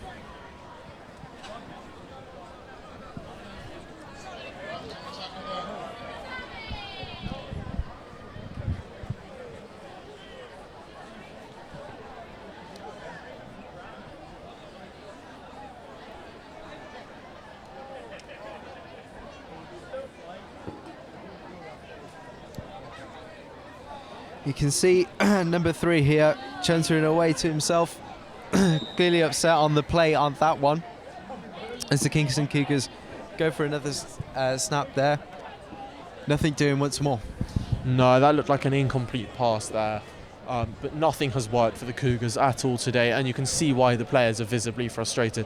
They haven't scored any points. They haven't really looked like scoring many points, and their defense has not helped them out because they have not been able to stop the Lions' offense. Do you think this is a true test, I suppose, of character? Given that they're 30 points down, we've seen you know, some little things we've seen earlier. The number 77 pushing when the defence gave up a penalty, preventable penalties as well. Do you think this is a real test of the team's strength and the team's character heading into their remaining fixtures of the season? Yes, definitely, because if they start to argue now, remember this is only the second game of the season, if they're already arguing after one loss, then that does not bode well for the rest of the season. What happens if they get to a playoff game and they start losing badly? Is it going to get even worse? Is it going to be a bit more obvious? Is it going to be a bit more physical? The Lions and the Pussycats bring in the pressure for the defence as they snap the ball once again. It's a play action, and this time the quarterback can't escape. The ball may have popped up, but the quarterback may have been down for the sack there. Once again, Will Stone on that play. Yeah, more pressure straight up the middle. The quarterback didn't even have time to escape the pocket there. His best bet would have just been to go to ground and just be touched down rather than take a big hit there. That's the 2-minute warning. See the ball popped out. The 2-minute warning has arrived here at Bournebrook. Of course, at the end of the game, we will have the coverage of the explosion fireworks display at the end of the game in what would be capping off a Birmingham Lions win. Seems inevitable. Yeah, it is inevitable now, and it wouldn't surprise me now once the Lions receive this punt if they just run the ball. The Cougars do only have one time out, I believe, in this second half, and so it's very possible that this game could be over within a matter of minutes now. Yeah, you can imagine that the Lions would just need that first down and then they can go into victory formation and kneel. Although it's a fake punt, but they're going to get stopped before he can reach the 20-yard line.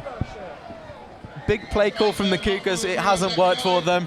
Birmingham Lions are going to get this in good field position. Only one timeout for the Cougars. This game's over. Yeah, I would be surprised to see the Cougars use that timeout as well, given that there's nothing they can do.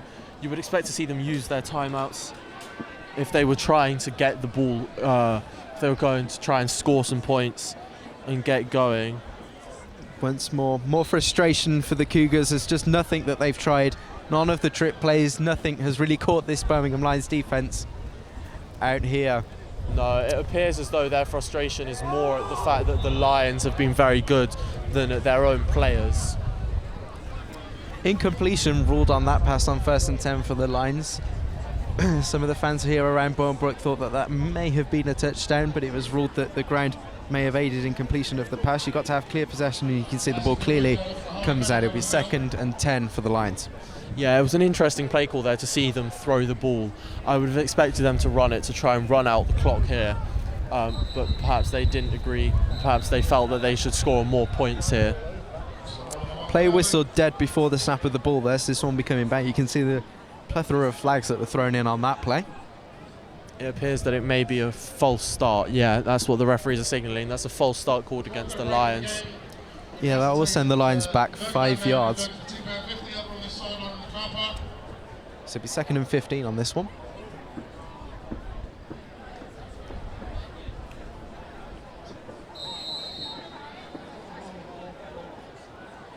So we're now approaching the end of the 4th quarter. We're into the final 2 minutes of the game with the Lions on the attack. There's a great throw on the slant route, and that's going to be another touchdown for the Lions to end off this game. Yeah, just another celebratory touchdown for the Birmingham Lions as they run up the score here, now 36-0. Delight for the crowd here at Bournebrook. Even on the penalty, it was on the slant route. Onto the inside, up the middle, into the end zone, touchdown. Classic play. Yeah, just outrunning the defence there. By the time he caught the ball, he had a good head of steam, and it was going to be difficult for anyone to stop him. Looks like they're going to go for a traditional point after here. After they tried the run for 2 points on the last play. Whether that was designed or not, that's anyone's guess. But from their kicks, they've been good. Another low kick, but this one wide left, incomplete. No good. It's been a joyous day for the fans here at Bournebrook, and the Birmingham Lions certainly in celebratory mood. It looks like they're going to get the shutout. As you can see, running off the field, celebrating. They know that the job is done. a great win. It looks like they're excited to get on to enjoy the rest of their night and celebrate their victory now, because it is all but guaranteed here at 36-0, and it looks as though we may have a shutout barring a late surprise here from the Cougars. It's been another strong explosion performance by the Lions, something that we have become accustomed to in recent years. As we'll kick this one off, and it'll pretty much see us towards the end of the game. Do stick around after the game. We will have post-match interviews. We'll be grabbing some of the players and having a chat. Is there any particular players that have stood out for you on the Lions? I think most of the defensive line, I don't want to single any players out because they have all played very well, doing their jobs, getting past blockers, getting to the quarterback, putting pressure on. I think both running backs have been very good. They've established the tempo, they've gained yards, and the offensive line as well. They've given time for the quarterback and created holes for the running backs. Absolutely, it's been a good performance all round. Everything seemingly going well for the Lions as they kick this one off. And be collected by Kingston. Trying to drive up through the middle, but it's another big stop by the Lions. And time called, there must be little left. It was Zach Senior with the stop there. Yeah, it was a good kickoff. It went deep, but forced a return, meaning that the Cougars had to run it out, but the Lions were able to get there and stop them short of a big gain. About 1 minute and 20 to go here in the fourth quarter here of explosion. Lions up 36-0. Can you imagine, with what's remaining, with just 120 on the board, one timeout, the Cougars might try and throw this one deep? I don't see that happening because their offensive line hasn't been able to block. So if they do try and throw it deep, the likelihood is that the quarterback would have to throw the ball away or scramble or take a sack, because he will not have time to throw that ball deep and wait for the routes to develop. Yeah, it's another quick pass trying to get to the outsides, almost picked off. Once again, that man can't keep him out of the game, Dan Hampton. Almost getting the interception, but it's another incomplete pass. That's another... Stops the clock once more. And that is game here at Bournebrook. Another big performance for the Birmingham Lions here at Explosion, winning 36-0, another shutout. Sam, what is your thoughts? Yeah, that was an impressive display all around from the Lions. I think the Cougars did not turn up. Perhaps it was the long journey, perhaps it was the weight of the occasion, but they weren't able to perform to the level that we were expecting to see from them. However, the Lions definitely did. Celebrations for the Lions as they continue their strong start to the season, winning last week 47-0, winning this week 36-0. They go 2-0 for the season. This is, of course, the Kingston Cougars' first loss after beating the Hertfordshire Hurricanes last week. They're now 1-1, heading into their bye weeks. Yeah, and the Lions stand alone at the top of the division at the moment with 2 wins and a massive plus 83 points difference at the moment. As you can see there, as is traditional, the handshakes at the end of the games as the teams come together. Birmingham Pussycats celebrating there, cheering them on the sidelines, as you would expect from the cheerleaders. Yes, and the crowd have been very interested in this match, you know, cheering very loudly for the Birmingham touchdowns. Big round of applause and cheer at the end there when the game was whistled as over. So it's been an all-round great day for the Birmingham Lions. Yeah, it's good to see sportsmanship at the end of the game in what was at times such a fractious game between the two sides. So obviously with the Kingston Cougars getting frustrated towards the end as well. There's good sides to see, but I imagine that there'll be freshers, there'll be people here in the crowd that have got their first taste of American football tonight, and maybe they'll want to get involved next year in the years to come with the programme here at the Lions. Yes, that is a hope that we always have, but it looks as though the Lions don't need any help at the moment because they look very, very strong. Yeah, they're storming to the top of the Premiership South. The next game will be in 2 weeks. So that's it from us here at Bournebrook. We're going to hand it down to Brooke, who's down on the sidelines. Over to you, Brooke. Hello, I am joined by 2 of the Pussycat cheerleaders, the Birmingham Pussycats. We've just had a great match. It is 30-0 to the...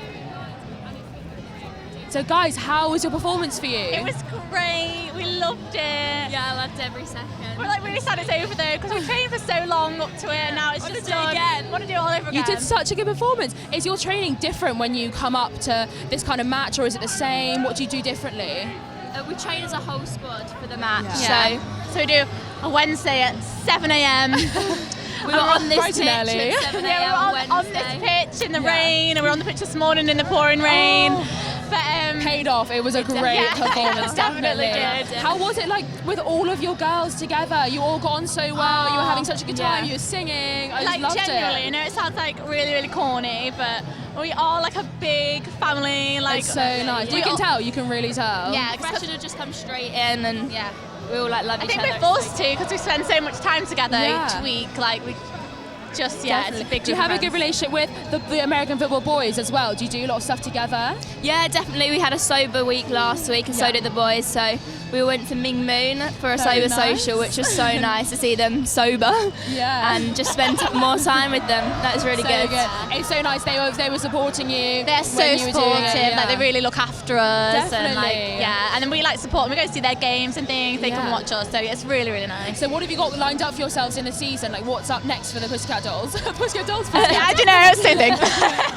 We have Heart of England and Future Cheer at the beginning of March. Like national Yeah, competitions. so we've got Comp Squad, Hip Hop and Pom. And then obviously Games Squad, who go to the games every week to go and support the boys. So we've got our tryouts tomorrow for competition squad, and then hip hop and Palmer next week. Yeah. But so our competitions are normally in like February, March time. Yeah. So we've got up until then. Yeah. How are you celebrating tonight then? A big night at Fab. Going to Fab, yeah. And Big night Urban at Fab. before with the boys. So Amazing.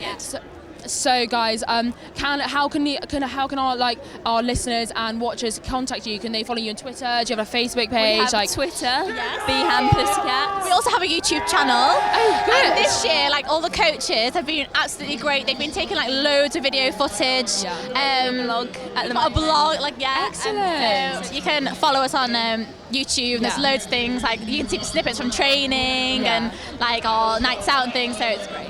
So finally, how did this compare to last year's performance? Because we're a second year, we knew what to expect this year, and we were just so much more excited than nervous. Yeah, because we knew how fun it was going to be. We're just like really excited. Okay, thank you so much, guys. You're welcome. And that's all from us at Guild TV. Thank you.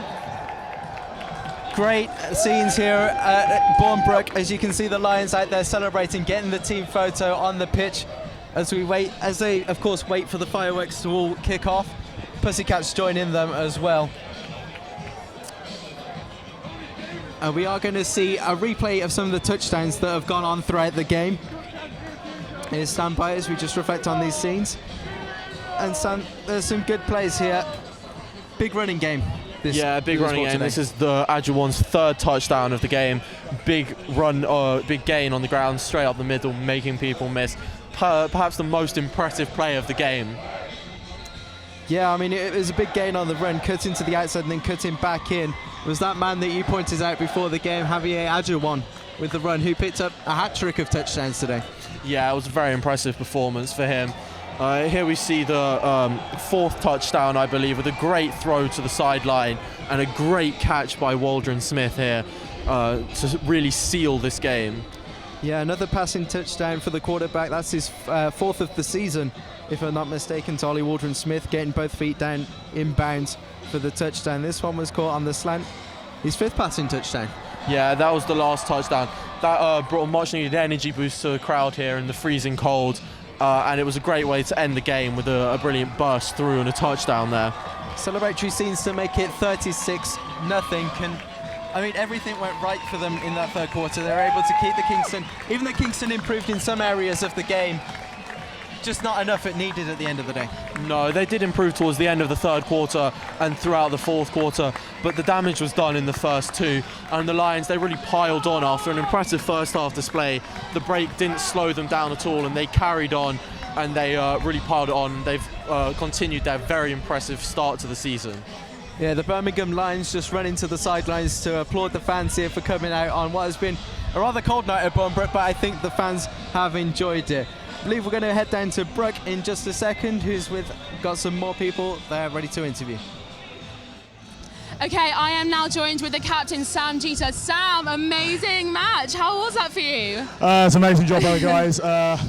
You know, we thought we had a really tough game today, and we balled out today. We really, both sides of the ball really turned up, and 36-0 shows that. So. Amazing, yeah. Just like last week, you're keeping it going with no one We're keeping scoring. it up. Yeah, no, we as defence, we don't want anyone scoring. So that's 2 zeros.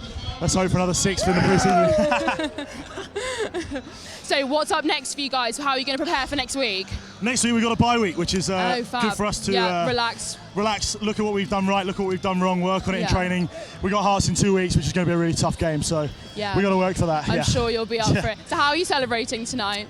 Fab, obviously, let's be honest. Explosion Fab's one of the best nights of our year, so definitely. Get on down there, guys. Yeah, thank you so You're much. very welcome. Thank you so Cheers. much. Thank you. All good? Okay, thanks, Brooke. Yeah, good words from Sam Jeter. I mean, you spoke to him 2 weeks ago before their season kicked off, and still seems in confident mood. Yeah, he was very confident about the way they'd been preparing, the way they were going to bounce back from last season, and the contribution of all of the rookies. Now we're going to view, I think, some footage of Kingston and some of their errors they made today. Yeah, where it went wrong for Kingston, you can see here, just not nailing it when they needed to. They get a receiver open. Yeah, that was what you were talking about. They didn't really have that connection between the quarterback and the wide receiver on that previous play. This was a very good play by Kingston to knock the ball down. Player in that position wouldn't be expected to catch the ball. He did everything he would have been expected to there. Oh yeah, absolutely. I mean, tough to expect an interception, but the Birmingham Lions were mostly in trouble. There was a couple of times when they managed to break through, get to the quarterback, but the Birmingham Lions offensive line was just too strong for them. They just couldn't break through. Yeah, the Lions, they put together an all-round impressive display. It started in the trenches with the offensive and defensive lines, both of whom were very, very strong. You know, they were overpowering their opposition in those places, and that allowed the players at the skill positions to really shine and do their job better because they could rely on those players. I mean, one area where you could think maybe it started to go wrong for the Kingston Cougars was if you go all the way back to the first quarter, after that first drive where the Lions went 7-0 up, fourth and about 2, they decide to go for it. They come away empty-handed, turn the ball over on downs. Maybe could have kicked it. That was a curious decision to me at the time, and it seemed even more curious as the game went on. You know, 7-3 is a respectable scoreline. You can come back from that, but 7-0, having just gone for it in fourth down and failed, is not a very good thing to have happen. And then it was a spiral downhill from there. You know, another touchdown and more touchdowns, and a field goal, and it was not their day today. One of the things that you could end up getting into danger is the fireworks go off here at the Brook. The fireworks display, long awaited, the explosive end to an explosion weekend. Yeah, definitely. There was a lot of explosions today. Great offensive explosion especially, and defensive explosion, which you don't often see, and now they get to round it out by watching some explosions instead of creating them. I suppose one of the things that the Birmingham Lions could fall into danger with is 2 shutouts in a row. They've won by big margins. We've heard Sam Jeter talking about going back to the film room. He's not learning anything, but there's surely areas that they could improve on after this game as well. They will think there are areas they can improve on, and now most certainly are. You know, they will have to develop new game plans for each team. I'm sure we didn't see the full extent of their offensive collaboration and all of the plays that they can run, because I'm sure there is more to them than just swing routes and screens and a running game. We didn't really see any deep passes, anything across the middle that much, so there will be things they can work on. And on the defense, you know, they'll need to work on how they keep a running quarterback in the pocket and stop him from tearing through them. Absolutely, yeah, as the players and the cheerleaders are all, of course, dawned across the field watching the explosions go on. The crowd's still here as well. It's been a fantastic atmosphere all game. It's been exactly what you expect from an explosion event. Yeah, definitely. You know, the crowd was really been into it. They've been following the game.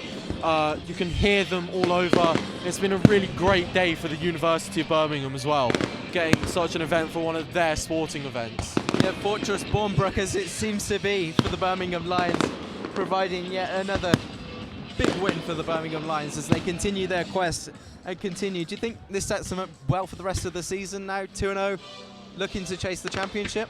I think that very much depends on how they move forward from here. If they're going to get complacent and confident, thinking, yeah, we've shut out 2 of the two really good teams, then this might lead to a spiral downhill.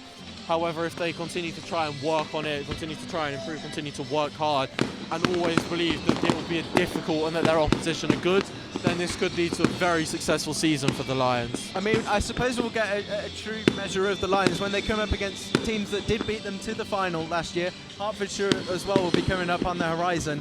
I suppose that's when we'll get a measure of Hertfordshire will be interesting. Of course, they beat Hertfordshire in Explosion last year, but then they lost the return game in an away trip to Hertfordshire. So it'll be interesting to see how they play this year. Of course, both of their games have been home games, which may have affected the results. So we'll yet to see how they perform on the road, which is always an important factor in any team's season. I believe I'm right in saying that after their bye week, they go and travel. They play Bath in the league. How do you see that one going? I'm not too sure. I've never seen Bath play, so I'm not sure how good they are.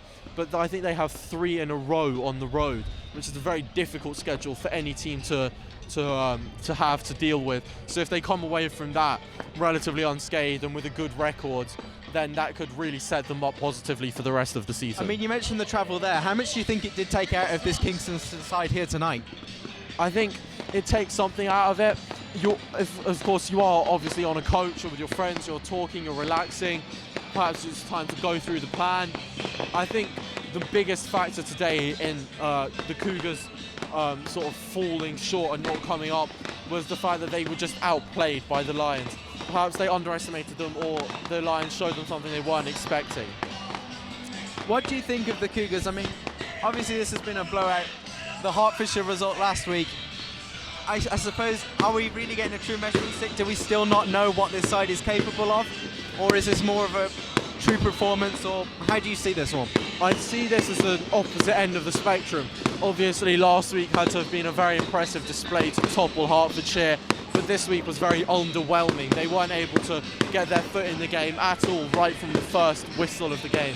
And that really it's very difficult to get a measure for what they're really truly like as a team off the back of their first 2 performances in this division. I suppose for Kingston, what will be important now is how they bounce back in this league. Yeah, that's definitely going to be important. That's a key test of whether they belong, will be how they perform off the back of this rather humiliating defeat. Yeah, the Birmingham Lions players and the cheerleaders still out in the middle of the pitch. They're soaking up the remainder of the atmosphere as Explosion draws to a close once more. It's been a fantastic event, a fantastic weekend. The crowd have certainly enjoyed it. Yes, they're still here now, obviously, which shows how good of an event it has been. You know, they're in high spirits. So we're going to go down once more to Brooke, who's also got someone on the sidelines. Over to you, Brooke. Okay, I am now joined with some guys from the crowd. Do you want to introduce yourselves? I'm Nathan. Nathan. Hey, I'm Joe. I'm Alex. Hey, I'm Sam. Okay, guys, how was the match for you? That was literally incredible. It was pretty awesome. We got to kind of support our team, support Birmingham, and that's what we're all about. Indeed. Yeah. So do you guys follow American football? Like, is this like do you love this? Do you know all about it? Like, I mean, I spent a year out in Alabama. Big fan of Alabama. Yeah. So that's really cool. So you must know. You know a lot about it. I know ish. Most of the games are kind of just turning up and yelling for my team. I don't really know I guess much else. that's good that you've gone and It's like more spread than- around. yeah. So do you know members from the team really well, or? I know Sam mardly well. He's Yeah. an okay mate. He's a good guy. I took him for defensive tackling. In fact, we're actually part of the team as much as Sam. Here, do you want to explain your role in the team? So I've been working a lot with number 22, Sam Gia. Essentially, we sort of work on him getting his pace up to scratch. He's a little bit slow at the start, but we kicked him up. Excellent. Nathan's going to be dealing with basically a lot of the physio stuff, so... I'm more into the masseuse side of things. So with Sam, he gets quite tight legs, so I tend to like massage those out. I'm sure that's really helpful for him. Well, you know. Thank you so No much, problems. guys. And that's all we've got time for this year. See you next year. This is Explosion 2015. Bye.